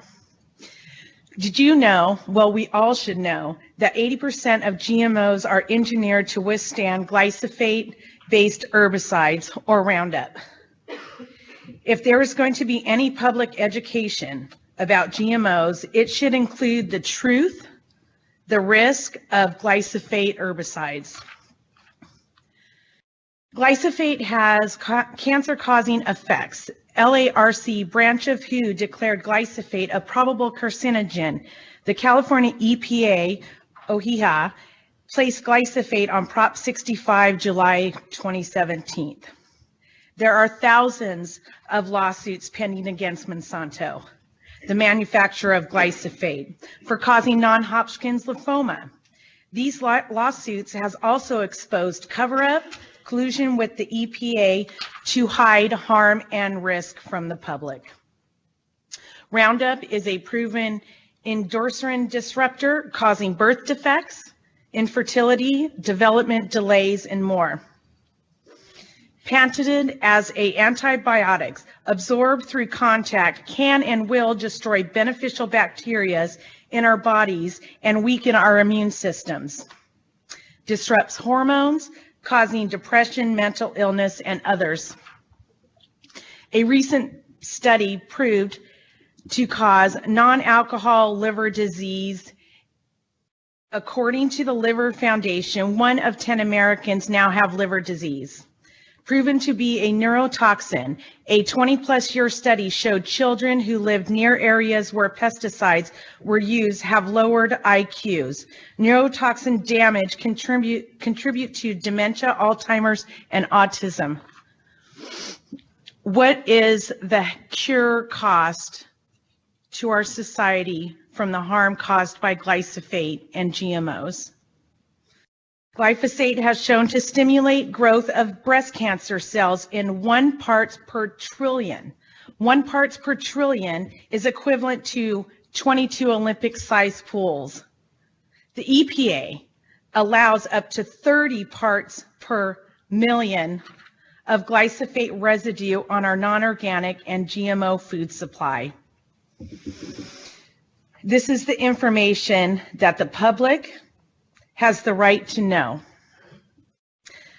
The FDA created a loophole in the safety testing by deeming GMOs and related pesticides a process and not also an additive, even though testing can show GMOs and pesticides in our food. The FDA knows that if deemed GMOs and a pesticide also an additive, then manufacturers would have to test for safety, labeling on GMOs and pesticides in our food. The FDA deliberately supported food manufacturers in hiding the fact that GMOs and pesticides in our food by deeming them only a process and not also an additive. This is not protecting the public. This is protecting the profits of big ag. Once again, 80% of the corn are engineered to withstand this glyphosate. Glyphosate is not safe, although the manufacturers and the EPA claim that glyphosate herbicides are safe. The fact is that the policy of the EPA is not only to require safety testing on 1 ingredient of the pesticide and not the full formulation. So the products that are used in our food are not shown to be safe, and any amount to say that these pesticides along with GMOs are safe is scientifically unfounded. The fact that the other ingredients in the formulation have been proven to be 1,000 times more toxic than glyphosate alone. It is not true that glyphosate is safe as the same as conventional foods. No studies have shown that. We know that it is lower in nutrients. Why would we spend millions of dollars protecting the profits of Monsanto and their lies? I am a parent of a sick child, and it's taken me a long time to do a lot of research, and it's been very difficult because it's hard to find the truth out there. And I think that us out here looking at each one of you individually and going to your websites, I feel that I should be able to trust you and the information that's on your pages. And that is very difficult for somebody who is a stay-home mom with some college education. I've really had to do a lot of research. After my research, I still didn't know what was going on because there was always 2 sides of the story. But what I do know is that if there's a poison in my food, I do not want that on my dinner table at all. If there is 2 sides to the things, I'm going to choose the side without the poison. Thank you. Thank you very much, Lisa. Members of the panel, any clarifying questions for Lisa? We can hold it. Yeah. Okay. Next up, Stefan Herrera with Evolva Incorporated from Larkspur, California. Stefan? Hello, and thanks for giving me the opportunity to express some points to the panel. My name is Stefan Herrera. I am Vice President of Strategy and Public Affairs for Evolva, as you say, and my background is that for 20 years I was a reporter covering the business, science, and politics of biotechnology. And after I changed careers, I went into the industry that I wrote about. I want to first articulate what we are and what we do. So we produce health, wellness, and nutrition ingredients using biotechnology and fermentation. So ingredients that industry would previously source from, shall we say, plants and animals or petrochemicals. Those same ingredients can be produced by fermentation. So we don't go out and produce commodity chemicals. We're typically going after a very select group of ingredients. We believe strongly that corporations need to work very hard at proving to the public that they are trustworthy and deserving of trust. And the one way that you can do that, not the only way, is to be transparent. So the point I'd like to make in context of the forum here is that transparency, whether it's by a label or a website, requires a very active effort. It's not passive. So simply putting information up on a website or putting a label on a food product is not active. That's passive, and it completely, I would say, leaves a lot of value on the table where consumer information and education are concerned. We do not, as a matter of policy, believe that you simply need to go out and educate the people and they will therefore, once they're informed, they will side with industry. But we do believe that you need to provide information and let the public make up their own mind.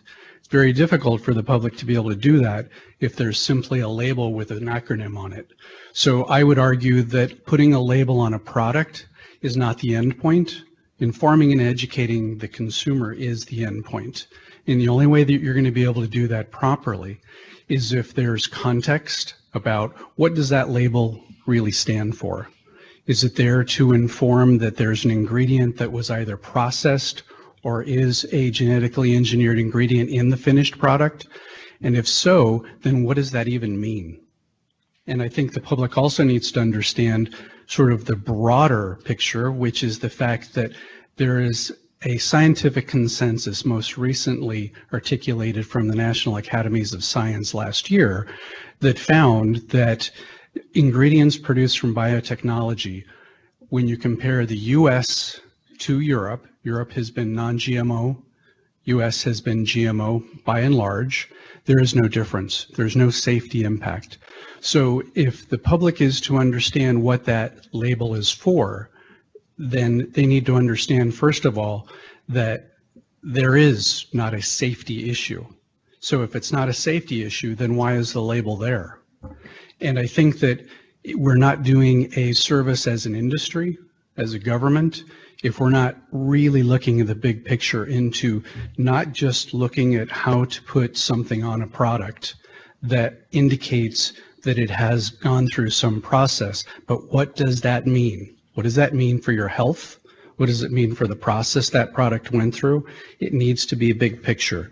So I would say that one of the recommendations I have is responding to where do people get their information. Well, study after study shows that the vast majority of the public gets their information from social media, right? So I would say that the three agencies that are here today would do well to really understand concepts like search engine optimization, number one, and number two, they need to understand how does the information that appears in the first page of a web page search get there, right?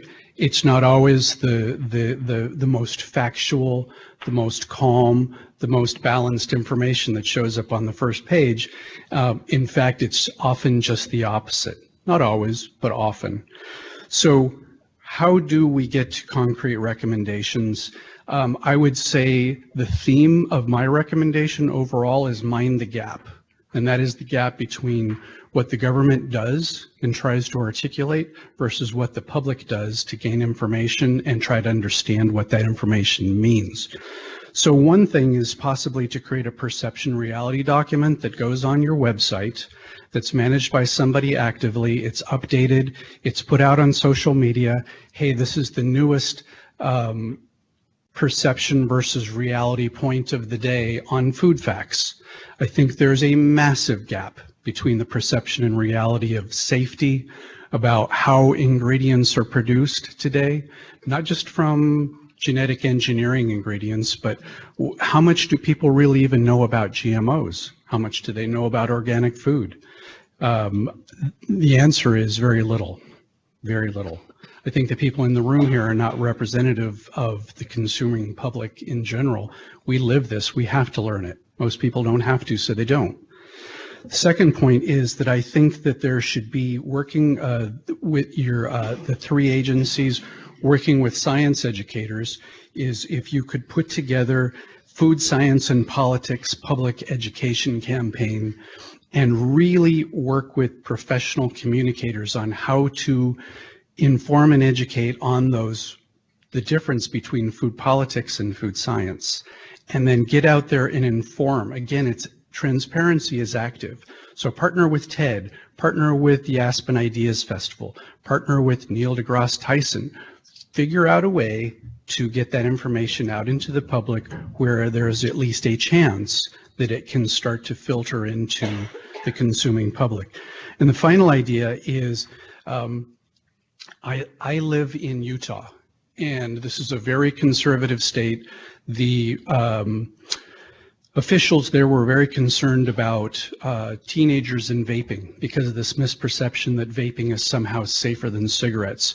They spent a lot of money on public education campaigns, and it did exactly nothing. And then somebody finally had the idea, hey, wait a minute, why not go ask the teenagers themselves to produce a video that informs and educates about this? And so I suggest, based on it's an N of 1, but I suspect that if you spent 10 minutes on the internet, you could find lots of evidence supporting the fact that there are many other ways to communicate, and sometimes adults who are in government positions, industry positions, are the worst communicators in terms of trying to educate the rest of the public. So maybe hold a challenge where it's funded, and you have high school students who are competing to produce a video on food facts. And you could have a rotating series of food facts videos. It could be a 2 to 3 minute video, and that's just one of the out-of-the-box ideas, again, to try to figure out how to bridge the gap between the consuming public who needs to know more about this information, deserves to, and must, versus those of us who talk about it, who make those ingredients and products. Thank you very much. Great. Thank you, Stefan. Any questions from members of the panel? Appreciate it very much. Thank you. For those of you following the list, Zen Honeycutt won't be with us here this morning, so we're going to go to Rebecca Spector with the Center for Food Safety, located right here in San Francisco, California. Rebecca? Good morning, and thank you, members of the agency. My name is Rebecca Spector, and I'm the West Coast Director with the Center for Food Safety here in San Francisco. CFS is a national nonprofit organization working to protect human health and the environment from the impacts of potentially harmful food production technologies. CFS scientists have been studying genetically engineered crops and foods for more than 20 years, and I've been professionally working on the issue representing the interests of farmers, fishers, and consumers for 20 years. And this is an issue that is of great concern to our membership of nearly 1 million people. We appreciate that the U.S. Food and Drug Administration and the U.S. Department of Agriculture acknowledge that the public has the right to accurate information about how their food is produced, including if it is produced using genetic engineering. The USDA is currently developing regulations for labeling of GMO foods, and our position is that the agency should mandate on-package labeling of foods that contain GMOs, as this is the only way to ensure equal access to that information. In regards to providing the public with more information about GMOs, CFS's position is that the government agencies responsible for disseminating information about GMOs should, 1, not present information that is false and misleading, 2, not present information that is speculative and unproven, 3, not rely solely on information provided by the corporations that are producing and profiting from GMOs, and 4, provide information that is proven to be true and not contradicted by federal agency data or reports. The biotechnology and chemical industry touts claims about GMOs that are speculative and at times false. These claims should not be included in educational materials about GMOs that are disseminated to the public. For example, GMOs do not reduce pesticide use. According to a study by Dr. Charles Benbrook, 404 million more pounds of pesticides were used in the U.S. in the 16 years from 1996 to 2011 due to the introduction and widespread adoption of GE crops. His analysis is based on gold standard data from USDA's Agricultural Chemical Use Program. Recent pesticide use estimates from the U.S. Environmental Protection Agency support this USDA-based assessment. Over the course of 7 years, from 2005 to 2012, annual agricultural herbicide use in the U.S. rose by 34%, from 420 million pounds to 563 million pounds. And for those in the audience who may not be familiar with the technology, the reason for these pesticide increases is because more than 80% of the genetically engineered crops are designed for one purpose, and that is to be resistant to the spraying of herbicides such as glyphosate, which is the active ingredient in Roundup, so that farmers can spray herbicides to kill weeds without killing the crops. As such, the false claim that GE crops reduce overall pesticide use should not be presented to the public. We encourage FDA and USDA to instead truthfully inform consumers that the major effect of GE crops has been to increase the use of weed-killing pesticides, because many consumers want to consume foods that reduce pesticides in order to reduce negative impacts on human health, wildlife, and water. In addition, currently commercialized GMO crops do not increase nutrition. Despite abundant industry hype regarding genetic engineering experiments in which crops are modified for improved nutritional purposes, there are currently no commercialized GMO crops that increase vitamin or mineral content. For example, decades of effort have failed to produce a commercial GE rice variety with enhanced beta-carotene content, commonly referred to as vitamin A rice. As such, the false claim that GMO crops increase nutrition should not be presented to the public. Those crops do not exist. Currently commercialized GMO crops have made no special contribution toward feeding the world. The chief cause of world hunger is poverty and a lack of adequate distribution of food. To the limited extent that new crop varieties with increased yield potential can help, genetic engineering has not been a positive contributor. There are currently no GMO crops approved or commercialized that are engineered for higher crop yields. A 2016 report by the National Academies of Sciences found a steady increase in crop yields that spanned both the pre-biotech and biotech eras, strongly suggesting that non-GE factors, such as advances in conventional breeding methods, have played a critical role in increasing crop productivity. By contrast, they found no evidence that GE traits provide measurable increases in crop productivity. As such, the false claim that GMO crops have increased yields and are needed to feed the world should not be presented to the public. Genetic engineering has proven to be inferior to conventional breeding in developing drought-tolerant crops. Thus, GMOs should not be promoted as critical for adaptation to climate change. Only one GE variety of corn that is designated as drought tolerant has been commercialized, but USDA concedes that it is no more drought tolerant than some conventionally bred crops. In contrast, hundreds of conventionally bred, drought-tolerant varieties of many crops have been developed and introduced into the market. As such, the false claim that GMO crops combat climate change should not be presented to the public. In addition to the recommendations above, the agency should also provide the public with the following truthful information about GE foods. GE salmon, regardless of where they are raised, pose a clear and present danger to wild and native salmon populations. This statement has been presented in numerous scientific studies and was noted in comments to FDA from experts in transgenic fish, expert federal wildlife agencies, the National Marine Fisheries Service, and the U.S. Fish and Wildlife Service, which recommended against the approval of this first ever genetically engineered salmon due to the impacts on wild salmon populations.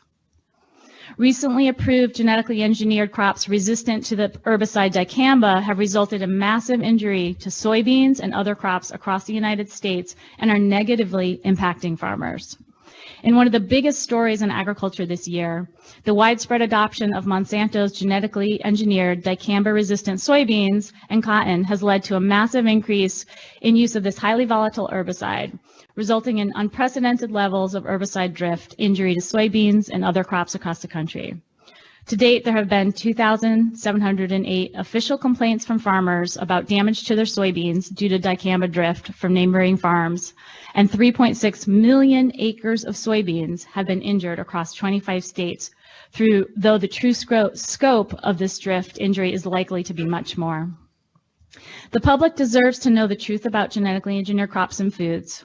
They should not be given information that is false and misleading, such as the claim that GE crops reduce pesticide use, and should not be giving information that is speculative and unproven, such as the claim that GE crops will feed the world. Center for Food Safety would be happy to share our extensive research with the agencies tasked with providing information about GMOs to the public. Thank you for consideration of our comments. Thank you, Rebecca. Appreciate it, and appreciate your offer to share additional info with us as well. The drought tolerance, at one point in your remarks, I think you said USD concedes that there wasn't a difference on drought tolerance. That'd be a piece that for sure I'd like to offline with you, get the sources for that and the background. Definitely. Yeah. Any questions from members of our panel for Rebecca? Okay, thanks so much. Really appreciate your comments. Next up, Randy Kratz, representing the U.S. Farmer and Rancher Alliance from St. Louis, Missouri. Randy.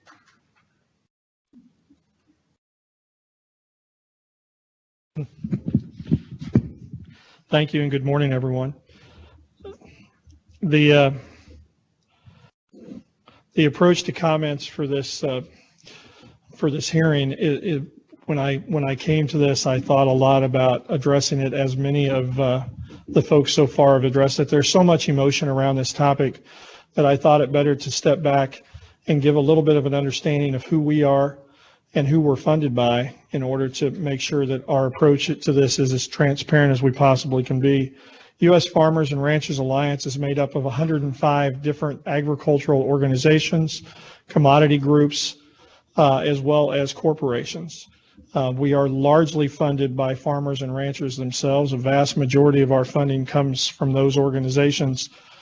But we do operate across the country. We represent farmers, and on our board are farmers from Idaho to Maryland.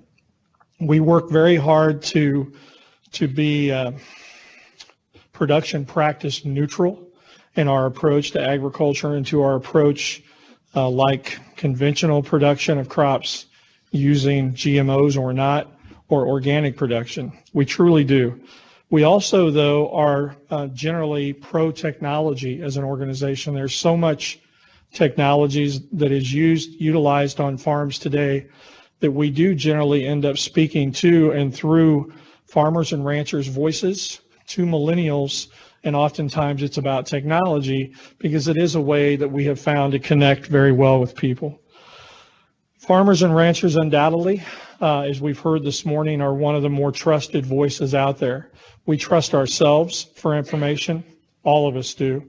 We trust our friends and neighbors. We trust our friends in social spaces.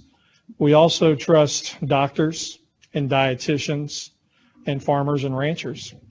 And we, as an organization, have tried to take advantage of that to some degree, to move forward in advancing the conversations on technology on the farm, including GMOs, by using the farmer's voice to do so.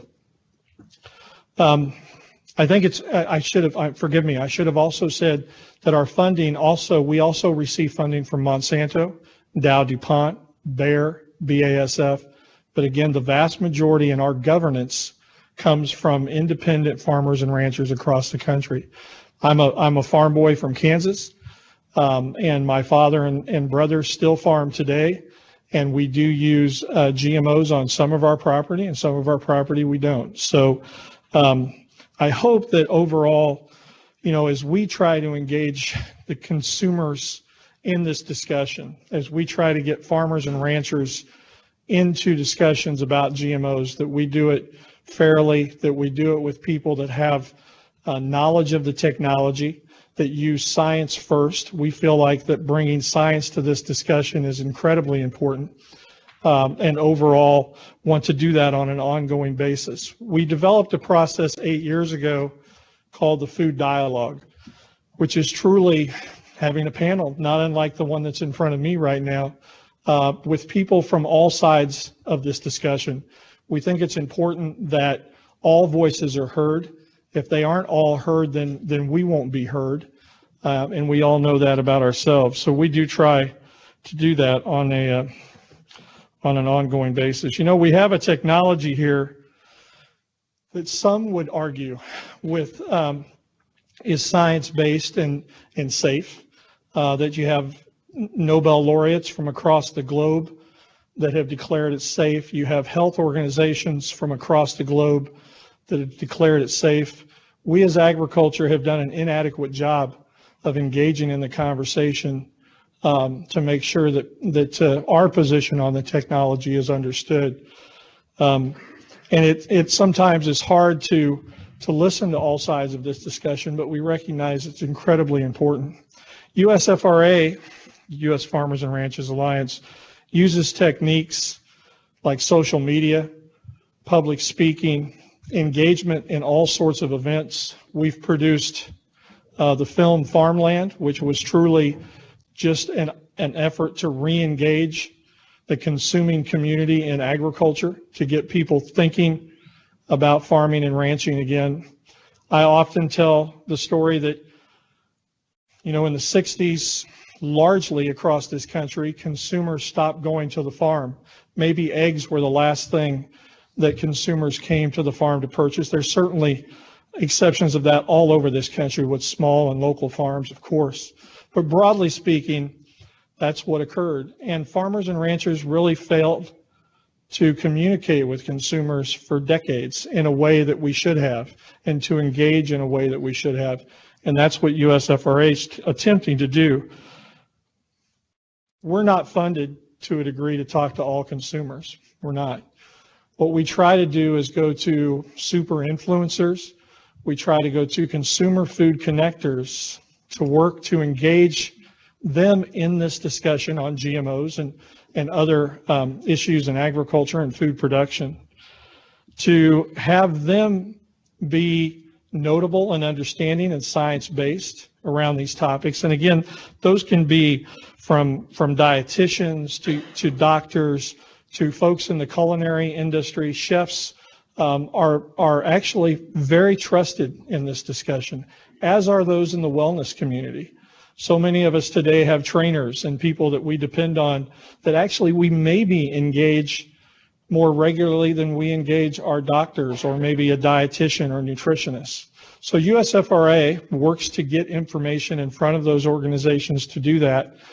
We have looked at where consumers are on their acceptance of GMOs for 8 years. We do trending research every year to take a look at what the understanding is. We know that consumers trust farmers and ranchers. Over 80% trust farmers and ranchers. The problem is there's not a trust of how we grow and raise food.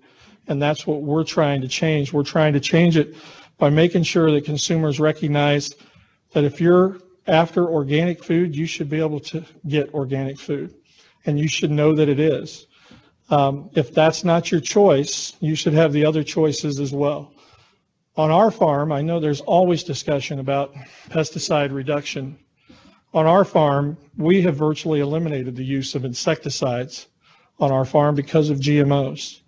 And one can talk about claims around the environmental impact, the benefit of that. I know personally it was a path that my father went down because of the financial benefits to the technology and also what he thought might be some environmental benefits to the technology. We have a long way to go to help consumers understand how GMOs help us be more sustainable on the farm.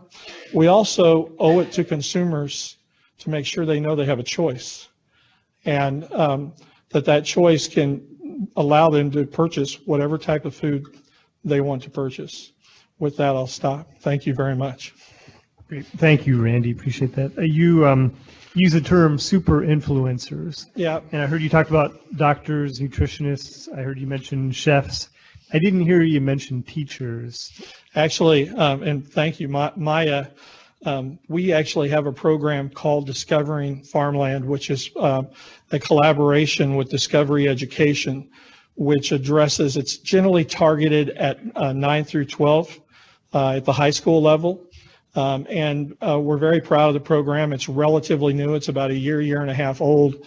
And it literally addresses all production practices in agriculture. It addresses organic production, GMO production. It also addresses why we confine livestock and other issues that are on the modern farm today. So we've had over 1 million students view it and 35,000 teachers across the country download it. And it's very targeted toward urban areas of the country. Okay. I have, thank you very much for your comments. And I think, some of the examples you've given, your experiences would be very useful for us. How do you specifically reach your audiences, the dietitians or doctors, and what specific mechanisms do you use? You gave examples about, I think the Farmland and the Discovering Farmland movies. Are there specific mechanisms that you use? Social media allows us to do so much today. The way that you can target specific consumers based on the title that you have in your Facebook profile allows you to go after and target educators, say, in the San Francisco area. You can go after folks that have chef or culinary. You can target individuals very, very effectively today, particularly on Facebook. Other social media platforms allow you to do the same. We also work to collaborate. A great example is our efforts with registered dietitians and nutritionists and organizations like Food Fluence, and making sure that we're able to have a captive audience, but an arm's length audience with groups like dietitians groups and others. In the wellness community, we're just kind of dipping our toe into that right now, but we know it's important, and we want to share information on all aspects of food production with that group. Very, very influential group as well. Thank you. Great, thank you very much. Next on the list, Jessica Denning will not be here, so we're going to go to Michael Carvalho with Carvalho Farms of Crow's Landing, California. Michael?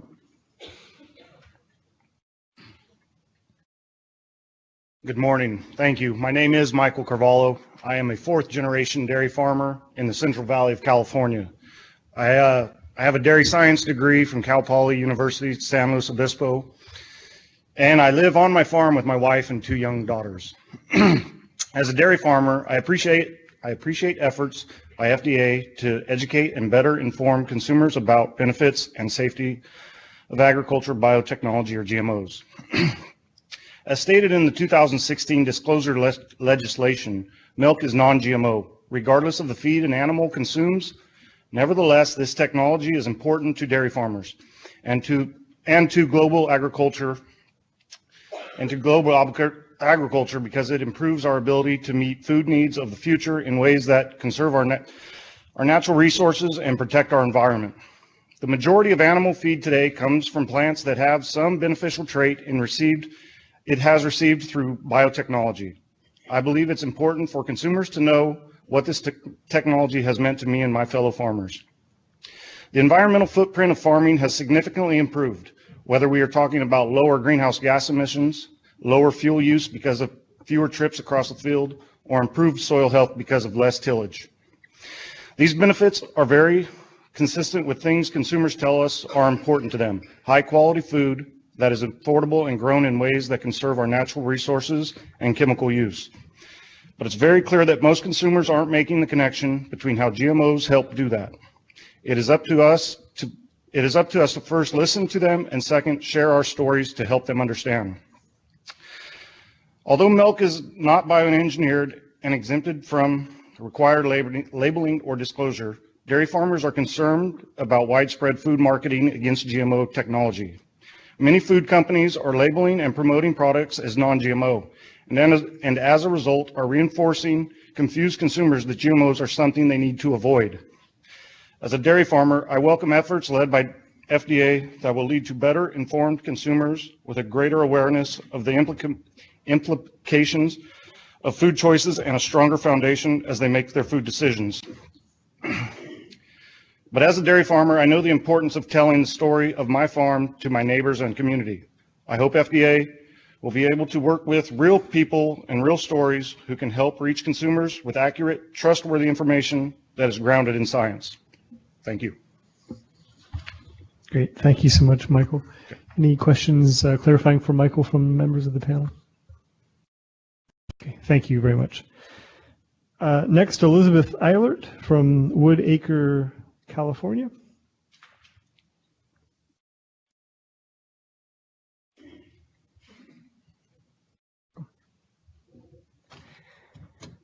Good morning. Hi, I'm Elizabeth, and I'm so nervous I'm going to have to picture all of you naked because that's what they tell you to do when you're speaking in public. That was a Brady Bunch episode, wasn't it, at one yes. point? So I am another just a mom here. And an interesting thing that I notice, it seems to be all men representing big agricultural companies speaking up here and all women representing these sort of I won't say anti-GMO, but that side of things. And I've been sitting at the back of the room sort of remarking what's going on. It's interesting. I don't have prepared comments because I did not have time, but thank you for the opportunity to be here. I have so much information in my head because I have done a lot of research. I am a single mom responsible for feeding my family, solely responsible, and I care about the food my child eats. And I would assume that everyone in this room and across this country does as well. So I started researching. And I happen to have 2 bachelor's degrees from Stanford and an MBA in marketing from Kellogg at Northwestern. And I believe I have a decent ability to understand the information that I am reading. And so I went to the USDA website. And I read the FAQs, the frequently asked questions. And it was very clear to me, based on my research, that the USDA is just a mouthpiece for big agribusiness. I was frankly appalled at what I read. And I would ask in answering question number 1, to reiterate what a couple of other people here said, to tell the truth on your websites, all 3 organizations. My impression is that you are not representing me as a taxpayer at all and a consumer of food, because some of the details of what I read, for example, let's see, here's a quote. Let's see, some crops are engineered to be resistant to diseases or herbicides, making pest and weed control more effective and thereby decreasing the use of pesticides. That is not my understanding. My understanding is what this woman who spoke previously said, that the weeds become resistant, and so you actually need to spray more pesticides.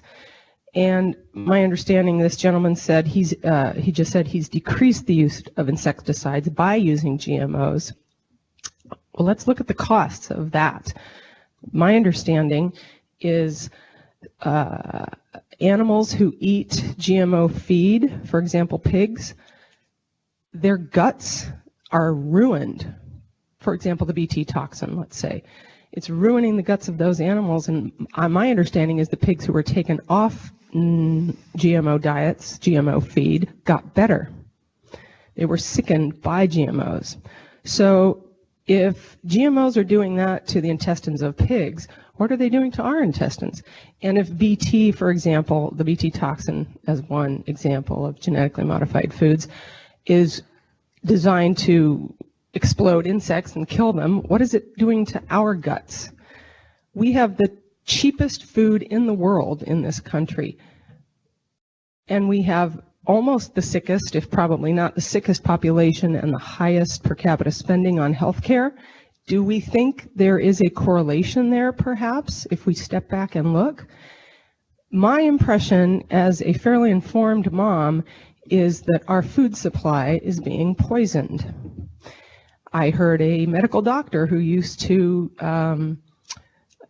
create chemotherapy drugs, and he now has his own lab and no longer does that. And he overlaid cancer rates on the U.S. Contiguous United States map and found that the highest rates were in the lower part of the Mississippi Delta, where all the glyphosate drains. And the higher amounts of glyphosate are found in the southern part of the Mississippi when they did sampling. Now, it's interesting that in the mainstream media, one does not hear about this kind of information so much. And when I saw your websites, and I hear this one gentleman who says he's funded by, or his group is funded by Monsanto, BASF, and Bayer, that really scares me as a parent feeding a family. It scares me that I will not know what is in my food. I read every label that comes into my home. I eat all organic and non-GMO in my home and would like to continue to do so. But my understanding is the governing boards that determine the labeling of organic and non-GMO have started to be infiltrated by big agribusiness. That concerns me because I do not think they represent me and what I want to put on my table. I really don't. And, you know, most change in this country, if you look back in the history of our country, at least in the more modern times, most change starts in California. Typically, we lead the nation, and I guess that's why you have chosen San Francisco to come to. Most change starts here. And I can tell you from my network of Stanford, Northwestern, having worked at places like Bechtel, Coopers and Lybrand, IDEO, I have a vast network of people who I know and talk to, and I have cousins who are dairy farmers and corn farmers in the center of this country, and I talk to all of these people, and they seem to be all anti-GMO, not based on emotion, but based on, frankly, seeing how sick their kids are, and they take their kids off a GMO diet, and the kids are better. I heard one story of a 6-year-old boy who had terrible ADD and ADHD and acting out problems, and the parents got a call every day from the school. After 1 week on a non-GMO diet, that child was better. No more ADD, no more ADHD. We have a nation full of medicated children and teens, Ritalin. When I see that, I am just appalled. That's abnormal, right? What is the reason for that? Could it possibly be that these genetically modified foods have not been adequately studied? Could it be that primarily the studies have been funded by people with interests who will benefit from the sales of those products? It seems very obvious to me. So what I'm sitting here listening to, frankly, appalls me and scares me. And I would ask that if you really want to be on what I think is going to be the right side of history, because the tide is turning, start telling the truth on your websites. Start telling the truth. I get the feeling that you're actually out here and you chose San Francisco specifically because we're known as the probable center for the most anti-GMO feeling. I feel like you're here to just get information from us so that you can figure out what arguments to use against us in your information campaign. That's how this whole thing feels, because when I look at the list of who's attending, it's primarily big industry and big corporations. It's not just moms like me. And I think it's about time you really start listening to the people who do the feeding of the rest of the families in this country and the children, and that is the moms, primarily, or the parents. I should say parents. I shouldn't just say moms. I don't want to stereotype. So I would ask in answering number one, start telling the truth. And please know that the tide is turning, and there are plenty of us out there who see that what you're saying is influenced by the wrong audience, in my opinion, that does not represent as many people as you have heard claimed here so far, because I know I represent more than just me, because the network of moms is very underestimated in this country. We all talk to each other, and we don't like not being able to know what's in our food. So the labeling is clearly an issue. Things like gene silencing and gene editing, my understanding is there are movements to get those to be called non-GMO to qualify for that. How disingenuous is that? Of course those are genetically altered. I don't want to eat those, right? This nation of Hungary burned all of their GMO crops. At least that was a couple of articles that I read. And you just saw the EU vote where Europe did not renew the license for glyphosate. And I think we're all familiar with what's going on with the glyphosate argument. So I would ask, that was question one. I don't have an answer for question two, how consumers get their most information. I did my own research. A lot of people don't have time to do that. So if you really are going to represent the people of this country, represent others, not just big industry, in the information that you disseminate. Question three, let's see, what was that? Yes, that was disingenuous as well. How can the FDA, in coordination with the USDA, best reach consumers with science-based educational information on this subject? When I read that, I guffawed because, again, most of the science that I have seen on this subject has been funded by big agricultural companies or big pharmaceutical companies who have a vested interest and stand to benefit. I do not feel that they represent my interests in what I eat at home, nor any other individuals. They seem to be self-interested. So I would ask that you use real science, not the science that's primarily been funded by interested parties. I would look for neutrality and real science, not skewed, and again, using disingenuous things like trying to hide gene editing and gene silencing as being non-GMO. Clearly, I could go on for a long time, and I will stop now, but I think you get the gist of what I'm saying. I am really scared by what I hear in this room, and I am disappointed that there aren't more people like me. A lot of people are scared to speak out because they see what's happened to scientists who speak out. They get silenced. They get threatened. There are scientists out there at universities who have done the research, and they are discouraged from publishing for a lot of reasons. So people are afraid for their safety, actually, from the interests of very big corporations. So thank you, and I do think the tide is turning. I do think you guys will be on the wrong side of history if you continue to promote genetically modified foods so much. Thank you. Thank you, Elizabeth. Really appreciate your comments. And if you were nervous, you didn't show it at all. Well, I'm angry. I'm angry. That's why. I understand. I just to be clear, and we're parents up here. We care deeply about food. We wouldn't be here if we didn't. And it's areas that we selected to do a session on each coast, to do one in Charlotte, which isn't quite the coast, but the east, and to do one in San Francisco. We wanted to encourage as much input from all over the country, and received several hundred comments to the public docket even before we started the listening session. So the reason we're here, we want to gather as much as possible. We want to take that back. We want it to be part of our process going forward. So what you said, what you shared is important, and we are here to listen. We want to make sure that we're able to incorporate, all views into our actions moving ahead. So thank you. That would be great. And your websites and information campaign need to reflect that then, because they currently do not. So, I want to echo Doug's comments. Thank you very much for being here, taking the time, and providing your comments. And also, Lisa, you, as a parent, I can, definitely say that I share your interest in making sure that, the food that we feed to our kids, all parents, as parents, agree with you on that.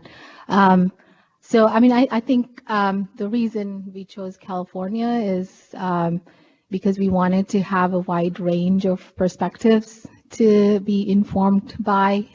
We chose 2 meetings, one on each coast, and also wanted to do something outside of the immediate DC metropolitan area to actually get out and go to different locations in the country.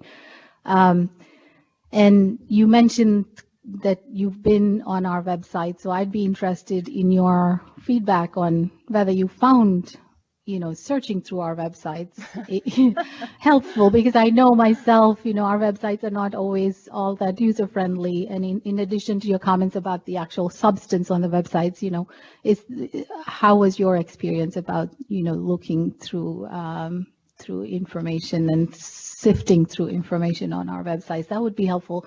And you don't have to, provide comments now, but even in your written comments, if you have concrete examples of how we can do better providing more user-friendly information, that would be helpful. And we can visit with you offline as well if you're able to stay and discuss the website and your experience with it too. Yeah, I don't think anybody would recommend looking through government websites of any kind, frankly. All right. Thank you, Elizabeth. Appreciate it. Thank you. Next up, Chad Niederhuth from Sacramento, California.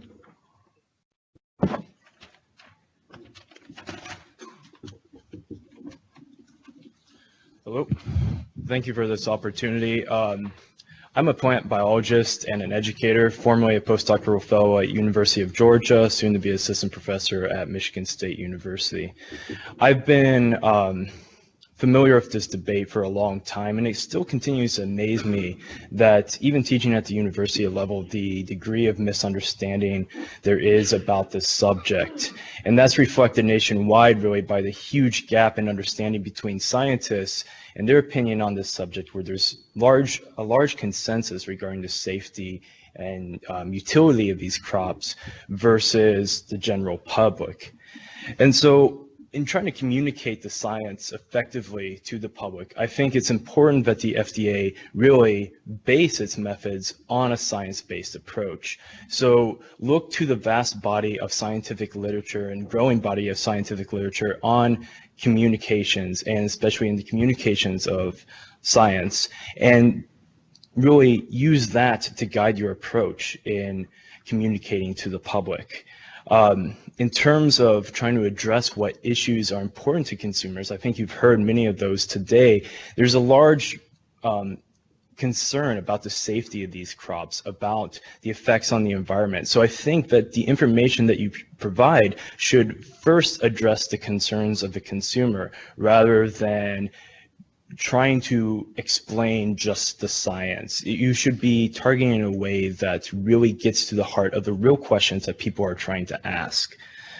In terms of where consumers are receiving their information, unfortunately, so many consumers, I'd say, are getting their information from the internet, getting their information from other individuals who are oftentimes themselves misinformed on this subject. And I don't know if you've spent much time on the internet trying to look up this subject, but there's just pages and pages of misinformation, oftentimes pushed by organizations and individuals who have ulterior motives, seeking to misinform the public, generate fear, and oftentimes use that even to generate profit from themselves from various scams. So there's no way to really get around that or eliminate that misinformation out there. So I think it is important then that the FDA provide a comprehensive source of information to counter that. In terms of how to communicate that, really, as I said, it should be based already on the body of scientific information out there on how to communicate to the public. Great examples include the Center for Food Integrity, which has done a lot of work in studying these issues, surveying consumers, and getting at what methods are most effective in communications. And I think you've already heard it mentioned today, this difference between a trust-based model versus the deficit model of really, it's not enough just to provide facts and information, but you also have to be appealing to what the concerns of the consumers are, going taking a values-based approach of really understanding what do they value most and how can you answer and address those values. So, and also at all times, please, this should be a very transparent and open process, as that is essential to gaining the public's trust. And with that, I'll just wrap it up, and thank you for this opportunity. Great. Thank you, Chad. Panelists, any questions or clarifications from Chad? Thanks. Mark McAfee with Organic Pastures Dairy Company out of Fresno, California. Mark. Thank you. It's indeed an honor to be here. My name is Mark McAfee. I'm the CEO. They call that the Chief Excitement Officer or Chief Educational Officer at Organic Pastures Dairy. It was founded in 1999. When I started attending farmers markets and talking to moms just like we heard today, I checked the boxes. I said, what is it you want from a dairy? And they said, well, we don't want a GMO. Click. Okay, that's one box. We don't want pesticides. Click. That's another box. We want to be able to visit you and see what you do with your cows. We want pastures. Check another box. And it went down and down and down. You want certified organic. We want certified humane. All the boxes I checked when we started our dairy. And in the voice from the moms, you heard them today. They said, we're feeding our children. And when we feed our children, there's got to be an integrity and a trust that what we're feeding our children is good for them. And I took that very solemnly, emotionally back to our operations and founded now the third-ranked brand of organic milk in the United States of America with 650 stores, 22 trucks, 100 employees, founded in Fresno, California. I invite each of you to come visit us. It's a remarkable thing. I am completely consumer connected because I don't sell my milk to a processor. They wanted that milk raw.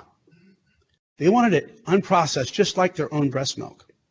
So their children, when off breastfeeding at 6 or 7 months, could thrive instead of having digestive upset and allergies to processed dairy products and infant formula. The FDA doesn't agree with raw milk. They hate raw milk. California has had raw milk legal forever, has very strict standards, and I would beg the FDA to look at standards for raw milk for everybody across the United States. It's not because raw milk is so great. It's because the Department of Energy in the 1990s spent a lot of money to help us. The Department of Energy isn't here today, but they wanted to know something about the human genome. They wanted to know the long-term effects of radiation on human beings. And together with other organizations, the NIH, they put together $4 billion. In about 15 years, they figured out that we are bacteriosapiens. We are not really made up too much of human genetics.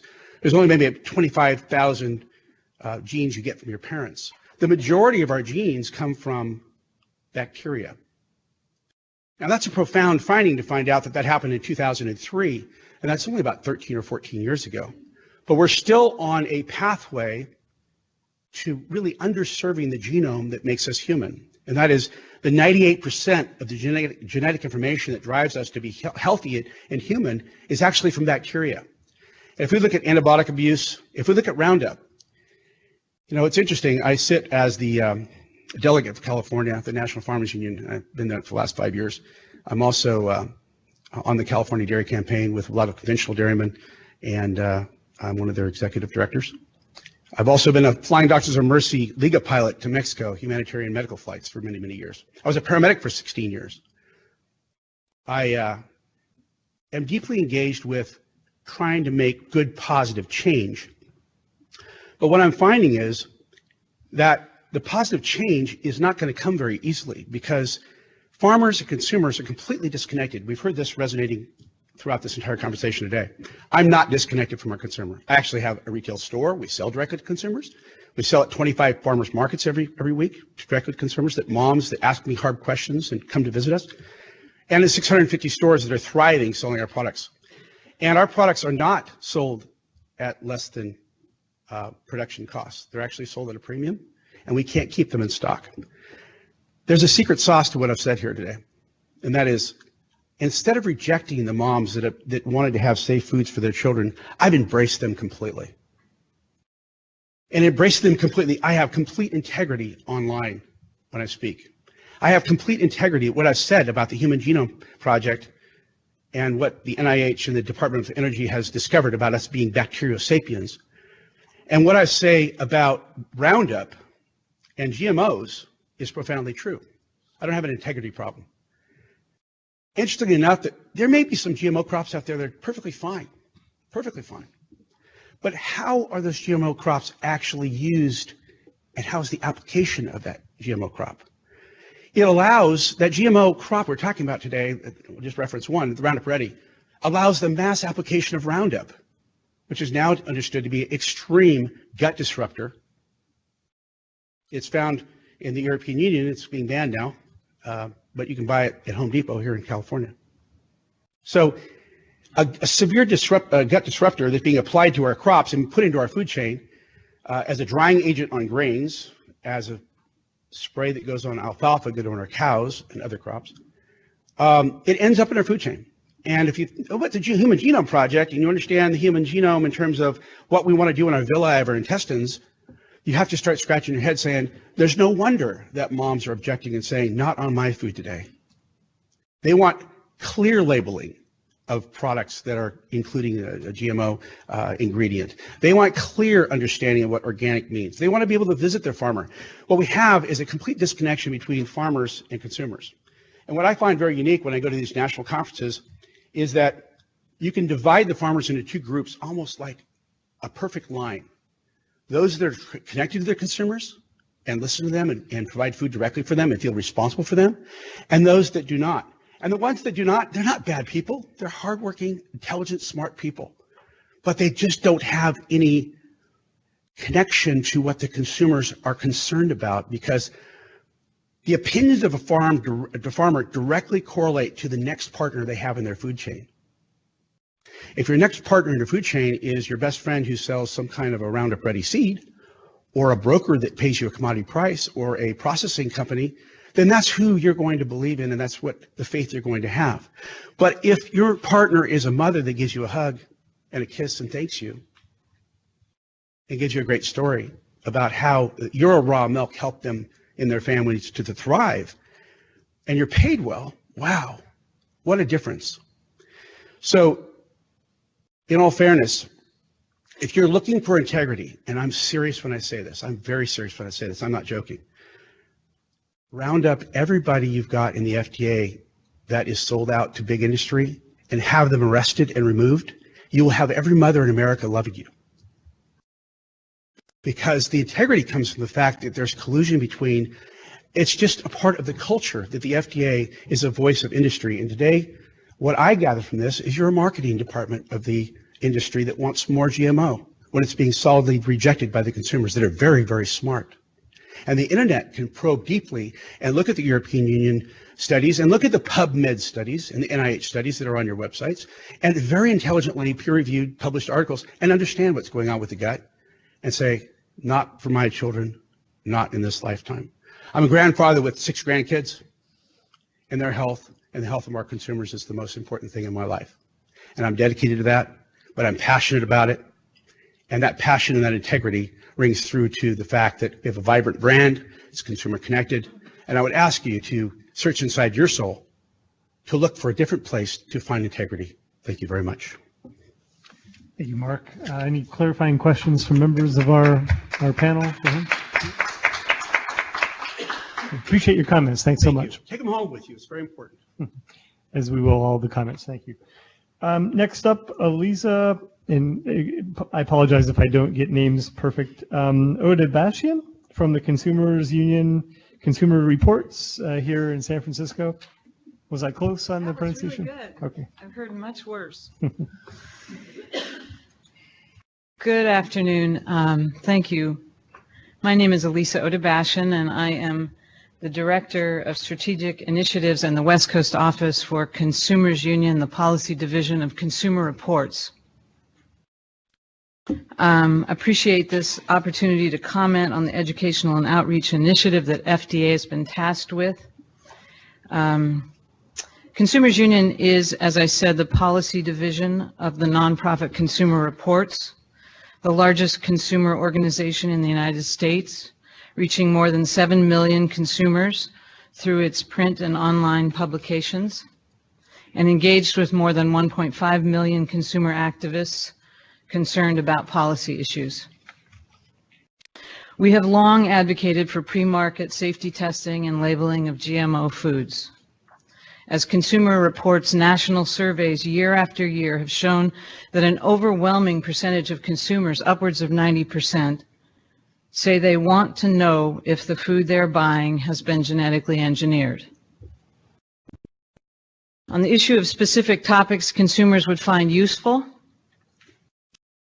in calling this public meeting, FDA's notice indicates that it aims to educate consumers with science-based information on environmental, nutritional, food safety, economic, and humanitarian aspects of agricultural biotechnology.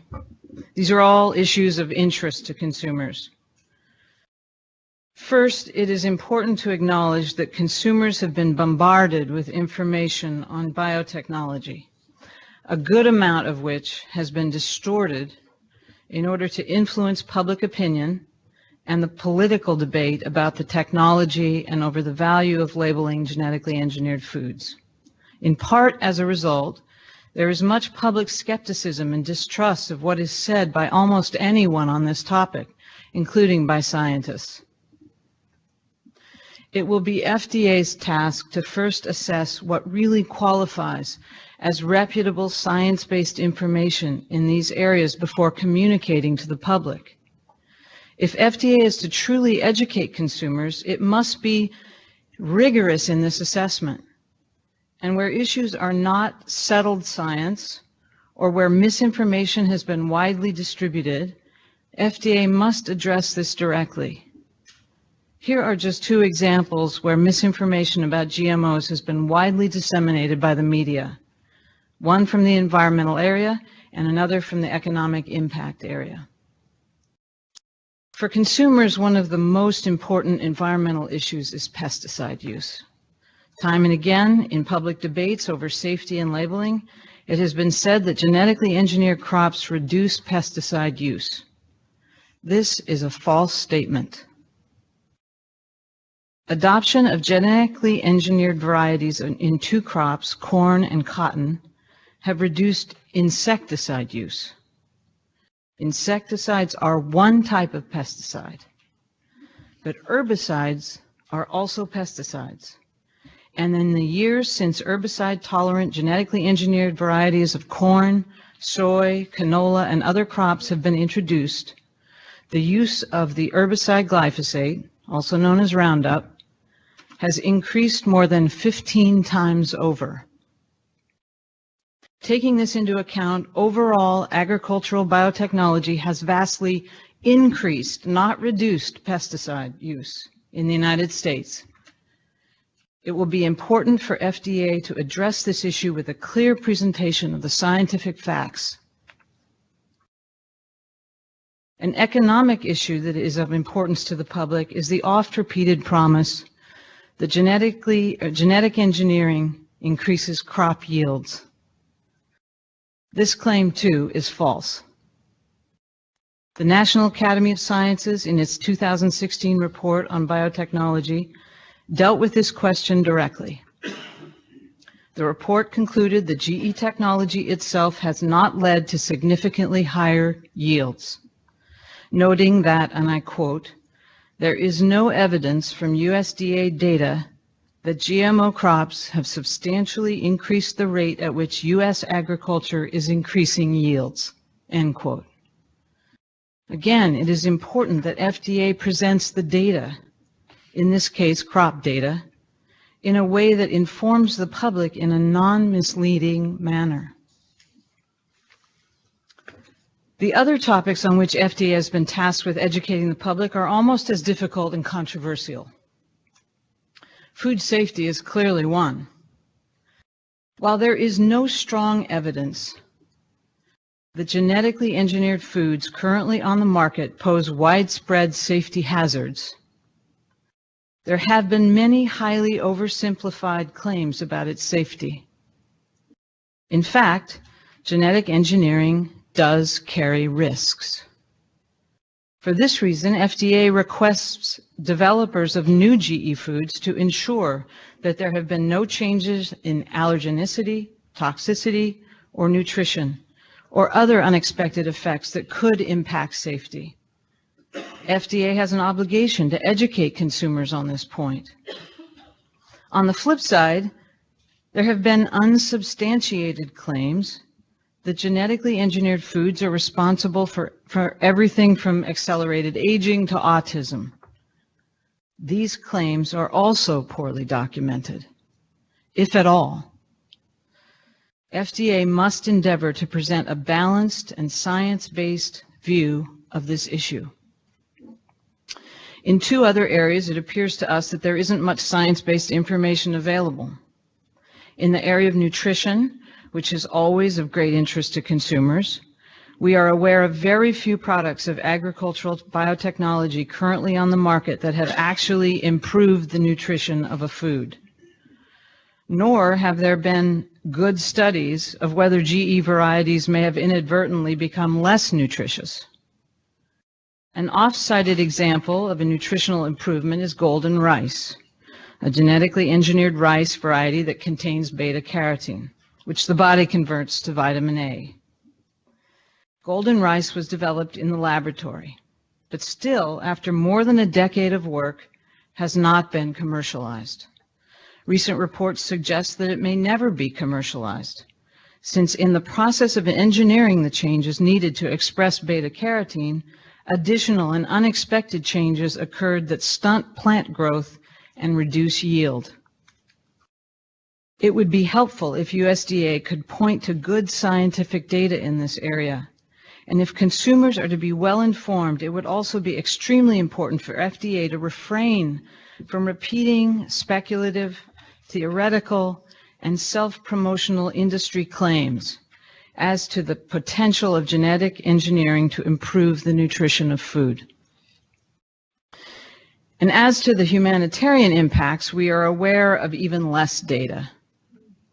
While industry has made widely repeated claims that biotechnology will feed the world's burgeoning population, these claims appear to us to be less fact-based and more public relations speculation. 1 minute. Polling data suggests that one of the biggest sources of information on food in family and is family and friends, or peers. Other obvious sources are traditional and social media. On the GMO issue in particular, trust of information sources has become a major concern. Consumers are smart, they do not want to be talked down to or told what conclusions they should make, and they want to make their purchasing choices based on substantiated scientific information. We believe that FDA has a challenge ahead of it in its task for 3 reasons. In a number of these areas, the science is hotly contested and not settled. In other areas, the science has been misrepresented, and in still other cases, there is little science at all. I say this as a representative of Consumer Reports, an evidence-based organization that uses science every day in its testing laboratories to inform consumers about the safety and efficacy of products and services, from which TV has the best sound system, to which dishwasher cleans the best, to which rice product contains the least arsenic, to which cars are the least likely to roll over. So in conclusion, biotechnology is a contentious and concerning issue for consumers. One of FDA's most important tasks will be to strengthen its credibility with consumers through the information it chooses to disseminate. It will require taking a balanced approach, providing the public with scientific evidence, admitting where the scientific data is conflicting, pointing out where controversial claims have been made that are not true, and excluding claims based on public relations. Thank you. Thank you very much, Eliza. Any clarifying questions from the panel? Okay, appreciate it very much. We have had 2 additional individuals sign up to give remarks, and we're going to recognize them at this point.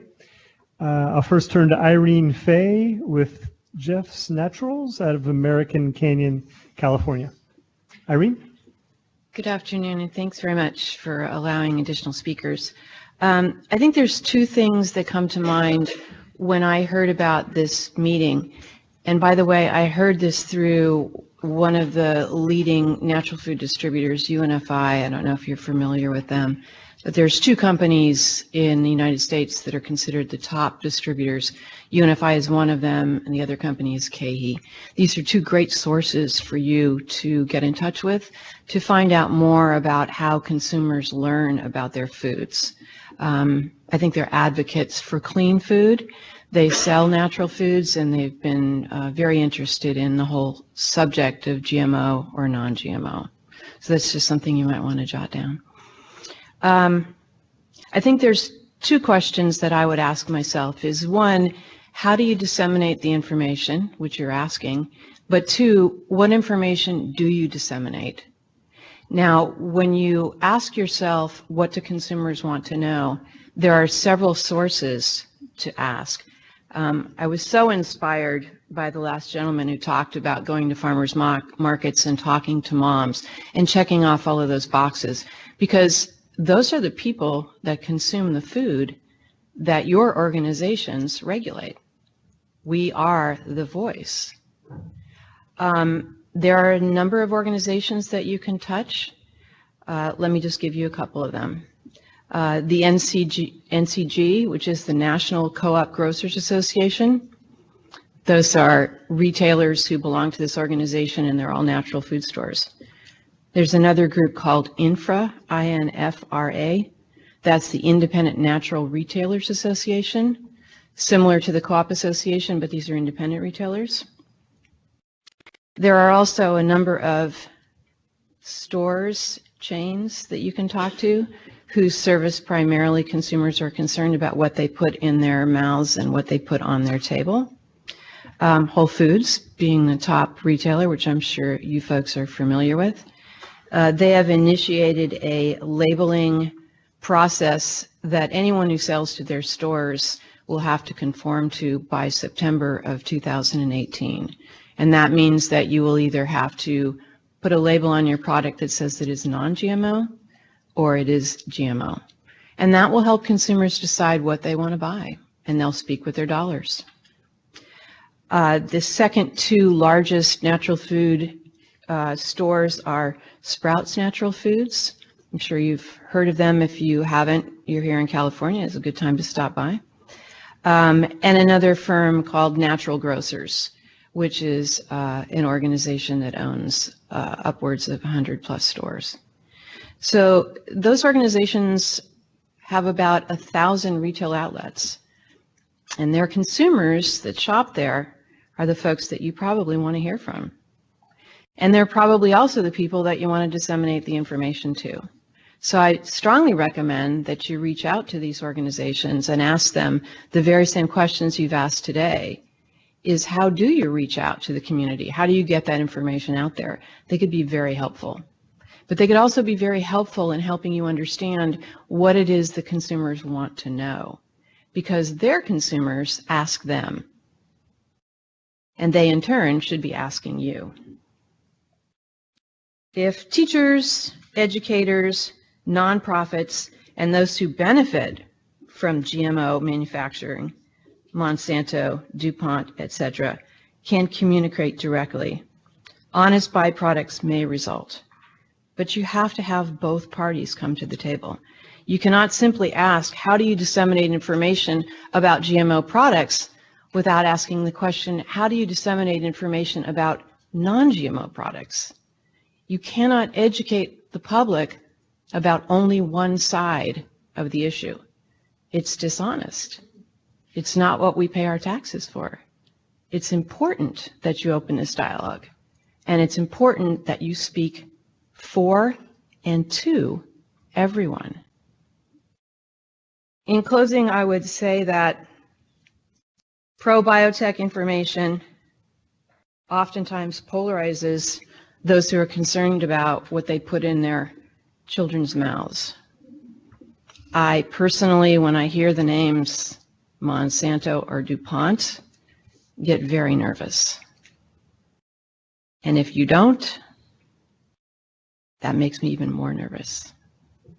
Thank you. Thank you very much, Irene. Appreciate that. Any questions for the panel? Okay, thanks. Last but not least, Peggy Lameau with the University of California at Berkeley. Peggy?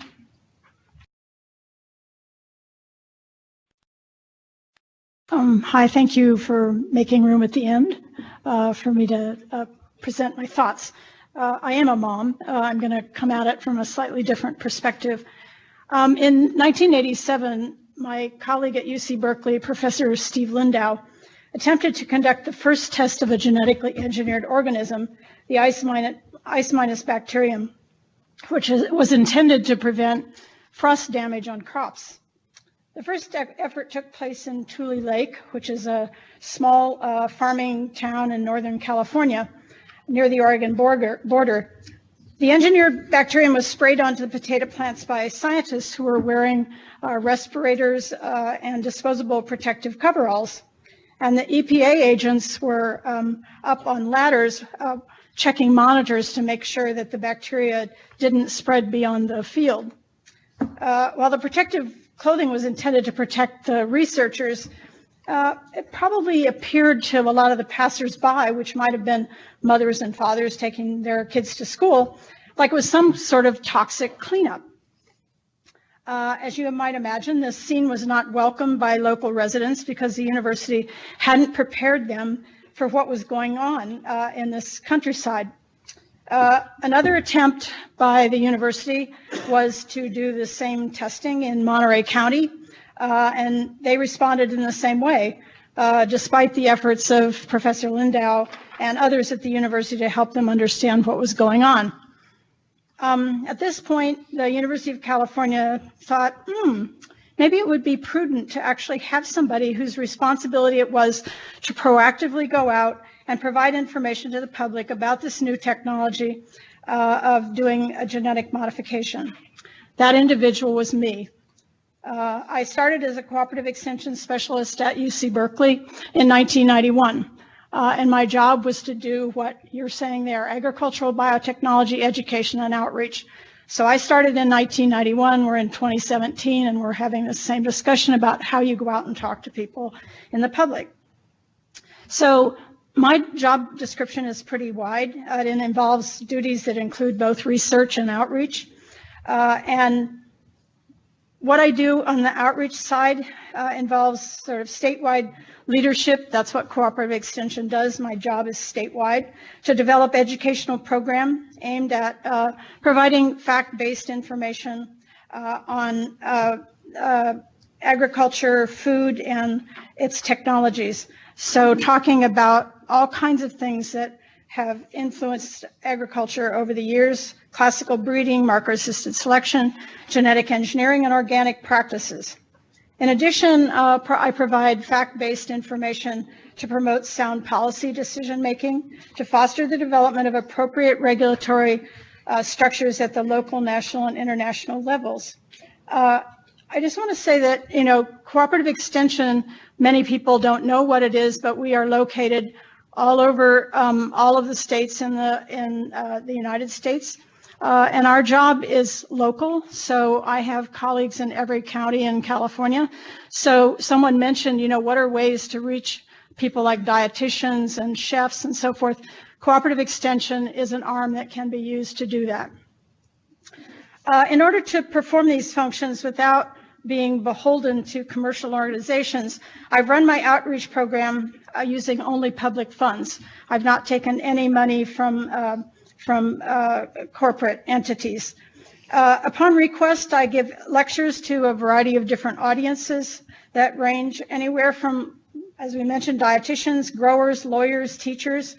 And I also work with other public sector scientists to develop educational programs and materials for end users and practitioners. And these include things like after-school curriculum, which are developed for middle school students and also for 4-H. And also I have a bunch of educational displays and games that we've developed over the years, an extensive slide archive and videos. And I also wrote on request 2 peer-reviewed annual review articles in 2008 and 2009. And I was asked to do this, and they said, you know, so I've been doing this for a long time, take the questions that people have asked you and try to answer them in the most fact-based way that you can. And so I linked all my answers to the scientific literature as best I could.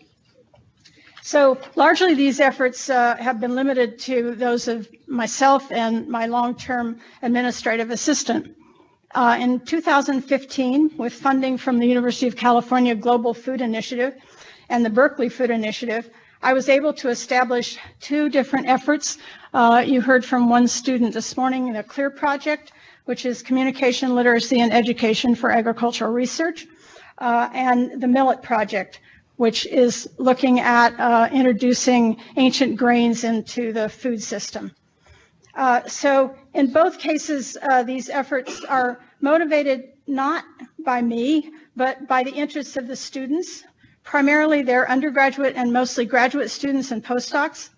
And really, until the last few years, interacting with the public about science issues there were only a couple of students who were actually really involved in that, and almost no faculty were. Only in cases where their job descriptions actually required them to do that. And I think talking with the students now, they're really sort of faced with a skeptical public that often doubts the values of what scientific research does. And so the students have really become motivated to go out and explain what they're doing and why it's important in a language that the average person can understand. In the case of these UC Berkeley students, it really doesn't imply, and I think Daniel presented that, it's not a yes or no thing or a right or wrong thing. It's really, they're just listening to what people have to say and trying to look at how people see the issue of science in a very complex way. And we see this in areas aside from just biotechnology. We see it in people's understanding of vaccinations, of weather extremes, of fluoridation. So there are lots of things that people are concerned about over and above just biotechnology. And students are aware of that. And they're able to go out and listen to people. And so one of the things that the students have done is to go out to places, because they said, if we just stay in the classroom or stay in the laboratory, we don't hear what people have to say. In fact, one of my students gave a talk at the Berkeley Library, and she said, that's the first time I've ever heard what people really think about GMOs. And so this is one of the ways that the students are going out now. So they go to farmers markets, they go to the public library, they go to zoos, they go to wherever they can find. They go to bars, actually, and talk to people there. And so they do this because they feel that's a way they can have meaningful discussions with people and really find out what's driving people's concern. And so they can, by doing that, sort of develop an empathy for what people are thinking about, and they hope in that way to develop some kind of constructive dialogue that they can use to reach out to people about what they do in science. So I think if this initiative is going to be used proactively to provide information to the public about these new technologies in agriculture and food, you want to avoid the situation that happened in Tule Lake.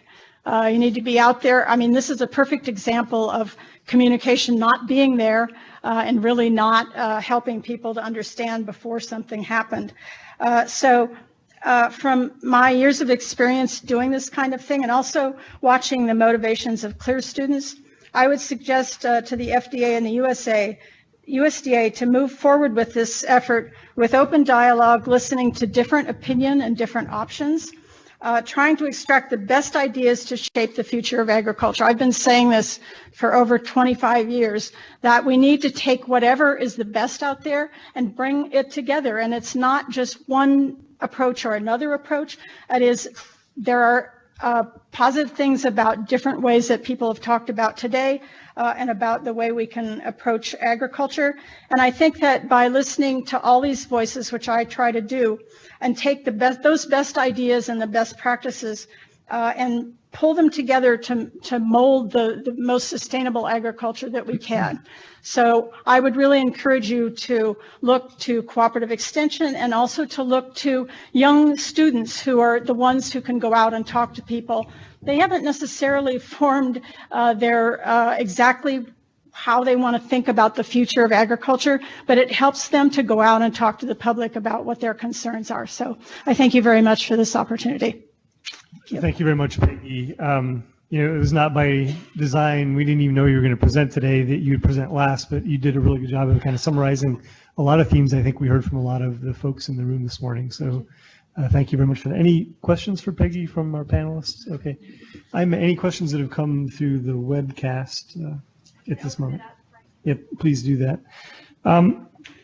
At this time, we have a few minutes, I think, before we wrap up, based on some themes that we've heard, for the panelists to ask some additional questions. And if you're interested in addressing them, just come on up to a mic. This isn't a 10-minute thing. This is more of a couple-minute thing on thoughts that you have. But one thing I heard from many presenters here this morning was the use of social media. And I think another thing we've heard is that our websites aren't currently doing the job in terms of providing info out there. So I'd be curious, I know Carl brought this up, but really if anyone would like to step to the microphone and just provide any further perspective for us up here, for EPA, FDA, USDA, on how we can employ social media in a new or different way than what we currently are, especially on this topic of ag biotech. So if anyone would like to come up to the mic, we'd be interested to get some additional comments on that, because that is a theme that we heard a little bit from in the comments, but didn't necessarily fully flesh it out in the session so far this morning. And please restate your name so the folks making the transcript know who's speaking. Sure. My name is Irene Fay, and I'm with Jeff's Naturals. I would direct you to the Project Non-GMO website. It's a really good example of how to put information out there in a very readable and accessible way. Thank you for that, Irene. Doug, I might broaden it to, we got, a couple commenters were, questioning how, as regulators, we can better interact with consumer groups. So, along those lines, social media, I think, is one possible approach. But if there are other techniques we could use, that we're not currently using, I think it'd be helpful to hear that as well. Sure. One thing I've heard, Mark McAfee, Organic Pastures, one thing I've heard and I've experienced is it's really hard to connect with and talk to regulators. It's almost like a frozen, there's a barrier. There's no way for the public or even producers to actually connect with USDA or connect with FDA. It's very difficult. If there was a way to have some kind of an outreach link with legitimate voices that could be heard both back, more communications so that concerns or ideas or rational science being brought from some other part of the world, IMGC, stuff from UC Davis, to be shared and actually absorbed and taken home, that will be really powerful. Because I think that one of the things that we find that I hear all the time from moms is it's so frustrating. There's nobody to talk to. There's nobody to share with. There's nobody to connect to. There's this wall. And we need to tear down that wall if you want to increase communications, and the communications need to go both ways. And on social media, you get that communication both ways, but the FDA doesn't. So I would challenge you to go on social media websites and actually say, this is Ritu Nalobala, PhD, MD, or whatever you are as a doctor, and say, I'm wanting to engage your thoughts on this subject and put yourself out there. I know that's really hard to do. It may even be impossible to do, but boy, that would be really a revelation in terms of consumers going, there's somebody that wants to talk to us. That's a powerful thing. So we do have, I just want to thank you, Mark, for those comments. I think, so just want to point out on our websites, and I know our websites are not all that user-friendly for the most part, and it's hard to find information. I can completely understand that, but we do have, a place where stakeholders, consumers, anybody, the general public can submit inquiries. There's a Ask CVM web link. There's also similarly on the food side, we have a link where you can submit a question. It's not specific to biotechnology products. It's about anything that's regulated by CVM or CIFSEN. So we do have those sorts of links. Maybe those are not all that accessible. But you mentioned have an outreach link. What specifically did you have in mind? Well, let me make it personal so it's easy.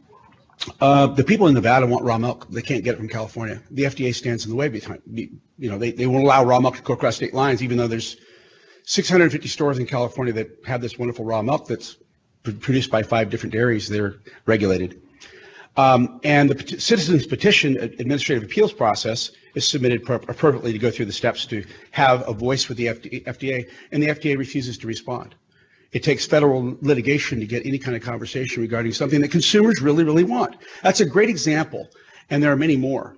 But there's just not that permeability, accessibility, unless you've got big money and a lobbyist or somebody that's connected to corporate, industrial, backdoor avenues to be able to talk. And this could be on a broad range of subjects. Access is really, really tough. So I would a softer, sweeter, kinder, more consumer-friendly, mommy-friendly FDA would be really, truly beloved.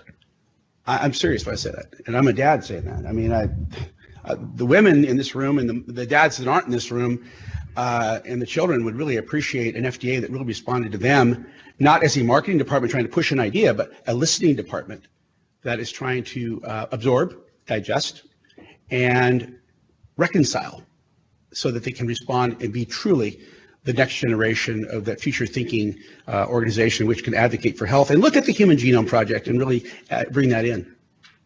It's pretty powerful stuff. Thanks. Are you seeing that listening human thing today from us, hopefully? You guys are human. I appreciate that. There's dialogue, and I appreciate you letting me even speak to you, Doctor, because oftentimes I'm not even allowed to speak to any but the FDA. Last time I was at NCIMS, they ran from me physically. And that's really sad because there should be dialogue to understand. And, you know, diversity is our greatest strength in this country. And you've got the raw milk guy, you've got the organic guys, you've got the pasteurized guys. We're all feeding America. It's not good, bad, and ugly. We're all on a team. We have a place at the table, and we all have different perspectives. And it's not that GMOs are bad or wrong. It's just that the consumers deserve a right to know what they're eating and a further right to understand how it came to pass that this is in their food supply. The whole story needs to be told. And so I would just really, it would be great to see an FDA that was approachable, that was more responsive. Thank you, Mark. You know, I was looking over my notes here, and the very first speaker we had, Daniel Westcott, talked about humanizing this. And I think that's an interesting bookmark of just, and you know, I've worked for the U.S. Department of Agriculture for 24 years, and you know, so many of the scientists are not necessarily accessible, or it's just really not their job. They're focused on the science, but they're not necessarily public facing. And you know, I wish I could roll all of them out, you know, to have them talk with you about what they do and how they do it. But other overarching, and I have any questions that have come through the webcast that we need to address? We're okay. Okay. From the panel, anything that we'd like to? Yeah, please do. I'm wondering, make sure you say your name again. Oh, Lisa Germo. I'm wondering why we're giving $3 million of our taxpayer money to this to say it is safe when the word safe means nothing in the form of what you guys are doing here. Sure. Thank you, Lisa. There's clearly a lot of consumer and public interest in biotech. That's obvious from the conversation here today. It's something that we're seeing throughout all aspects of the marketplace. And so, and I think the federal government has been largely absent from that conversation. Our websites are there, but how much are we really communicating what we do, what our scientists do to have a more developed conversation? So we now have the resources. It's a good time to do that. And we want to make sure as we approach this task that we've been given by Congress that we're really incorporating public input and thought into what we need to focus on. I mean, frankly, we could sit in our offices and come up with something. You all could have stayed home today and not come to the session, but we would both be missing a huge opportunity here. We want to have this conversation to make sure that this initiative is going to get off correctly on the right foot. You know, I think, you know, and Lisa's comment feeds into this, but the word I think I heard most today was trust. And, you know, from listening to the comments, I think, you know, a good portion of the consumer base doesn't have that trust with the regulatory agencies, and that's probably largely our fault, and are not effectively communicating with you know, consumers.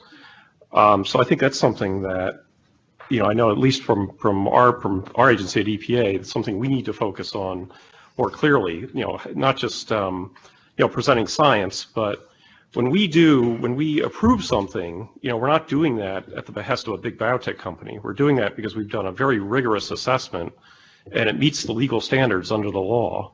And I think we need to more effectively communicate specifically what that means in terms of safety, in terms of the environment, and hopefully establish some of that trust with the consumer base. And what Alan said is true of all three of our agencies in terms of the scientific integrity and what we do in our approach and how much we care about the outcome of that approach. Any other questions for? Yeah, I think one theme that in addition to the ones that Doug and Alan pointed out already, one theme that I think I heard across a number of commenters is really to make these necessary connections between farmers and consumers, making regulators more accessible. It's really building the network and having the relevant entities be able to talk to each other, learn from each other. I mean, I think, there has been a growing interest in biotechnology and issues related to biotechnology. We as our agencies, continue our regulatory missions. We've, put information out on our websites, updated them. I know for FDA, we do also consumer and constituent updates to make some of our information that's not always very readable, to put that also in a more plain language type of information for consumers. I'm just wondering going forward, some of the themes that came up with the cooperative extension services or some other organizations, how do we, as we implement, I think it's one thing to develop the initiative, to develop the educational materials, but to make it more sustainable into the future and to really implement this, who do we network with, whom do we partner with, what are the different partnerships that would be helpful in the cooperative extension services, maybe working with state departments of agriculture. I'd be interested in thoughts on those. Great. Any participant like to come forward to the microphone and address Ritu's question? Jamie? Jamie Allison again. In simple terms, from a teacher's point of view, you can use some of the pieces that are already in place. So, for example, a BioOhio, a Grow Next Gen that we have in Ohio, where we're trying to start these networks. I can only imagine how many of these networks are just struggling around the country to kind of make the connections.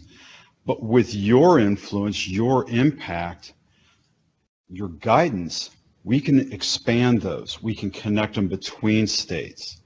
The more of the resources that are around, just through a simple networking, almost like today, I've come across some resources that I'm already going to tap.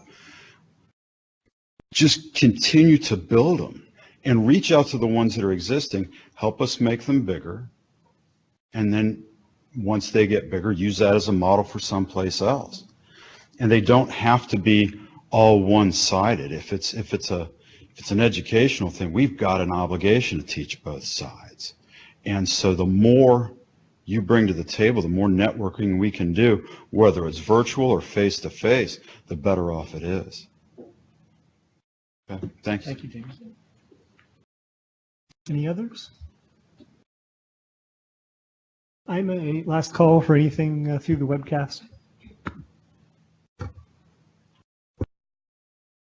Close that. All right, well, just thank you again, everyone, for participating. I think we heard a lot from everyone in this room that everyone cares deeply about their food and what goes into it.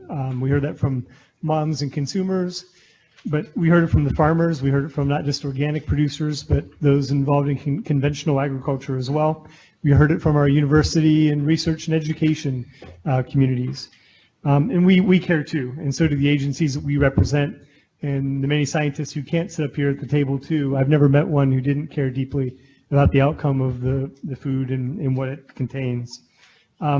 It's clear, I think, from hearing comments around the session that you're getting information from a lot of places, and we want to construct this initiative, and that's what today was really about.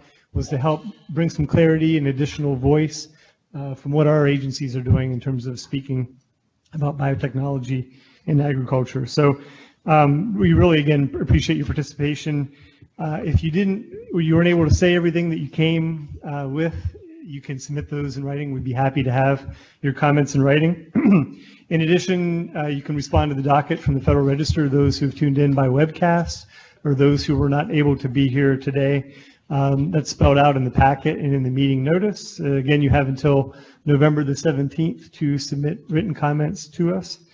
Please do continue to monitor the site as well. We hope to have the transcript from this session up and available in about 4 weeks. It does take a little time to have the stenographers do their work and for us to take a look at it and make sure everything is accurate. The video hopefully will be available in about 2 weeks as well for folks to see as well.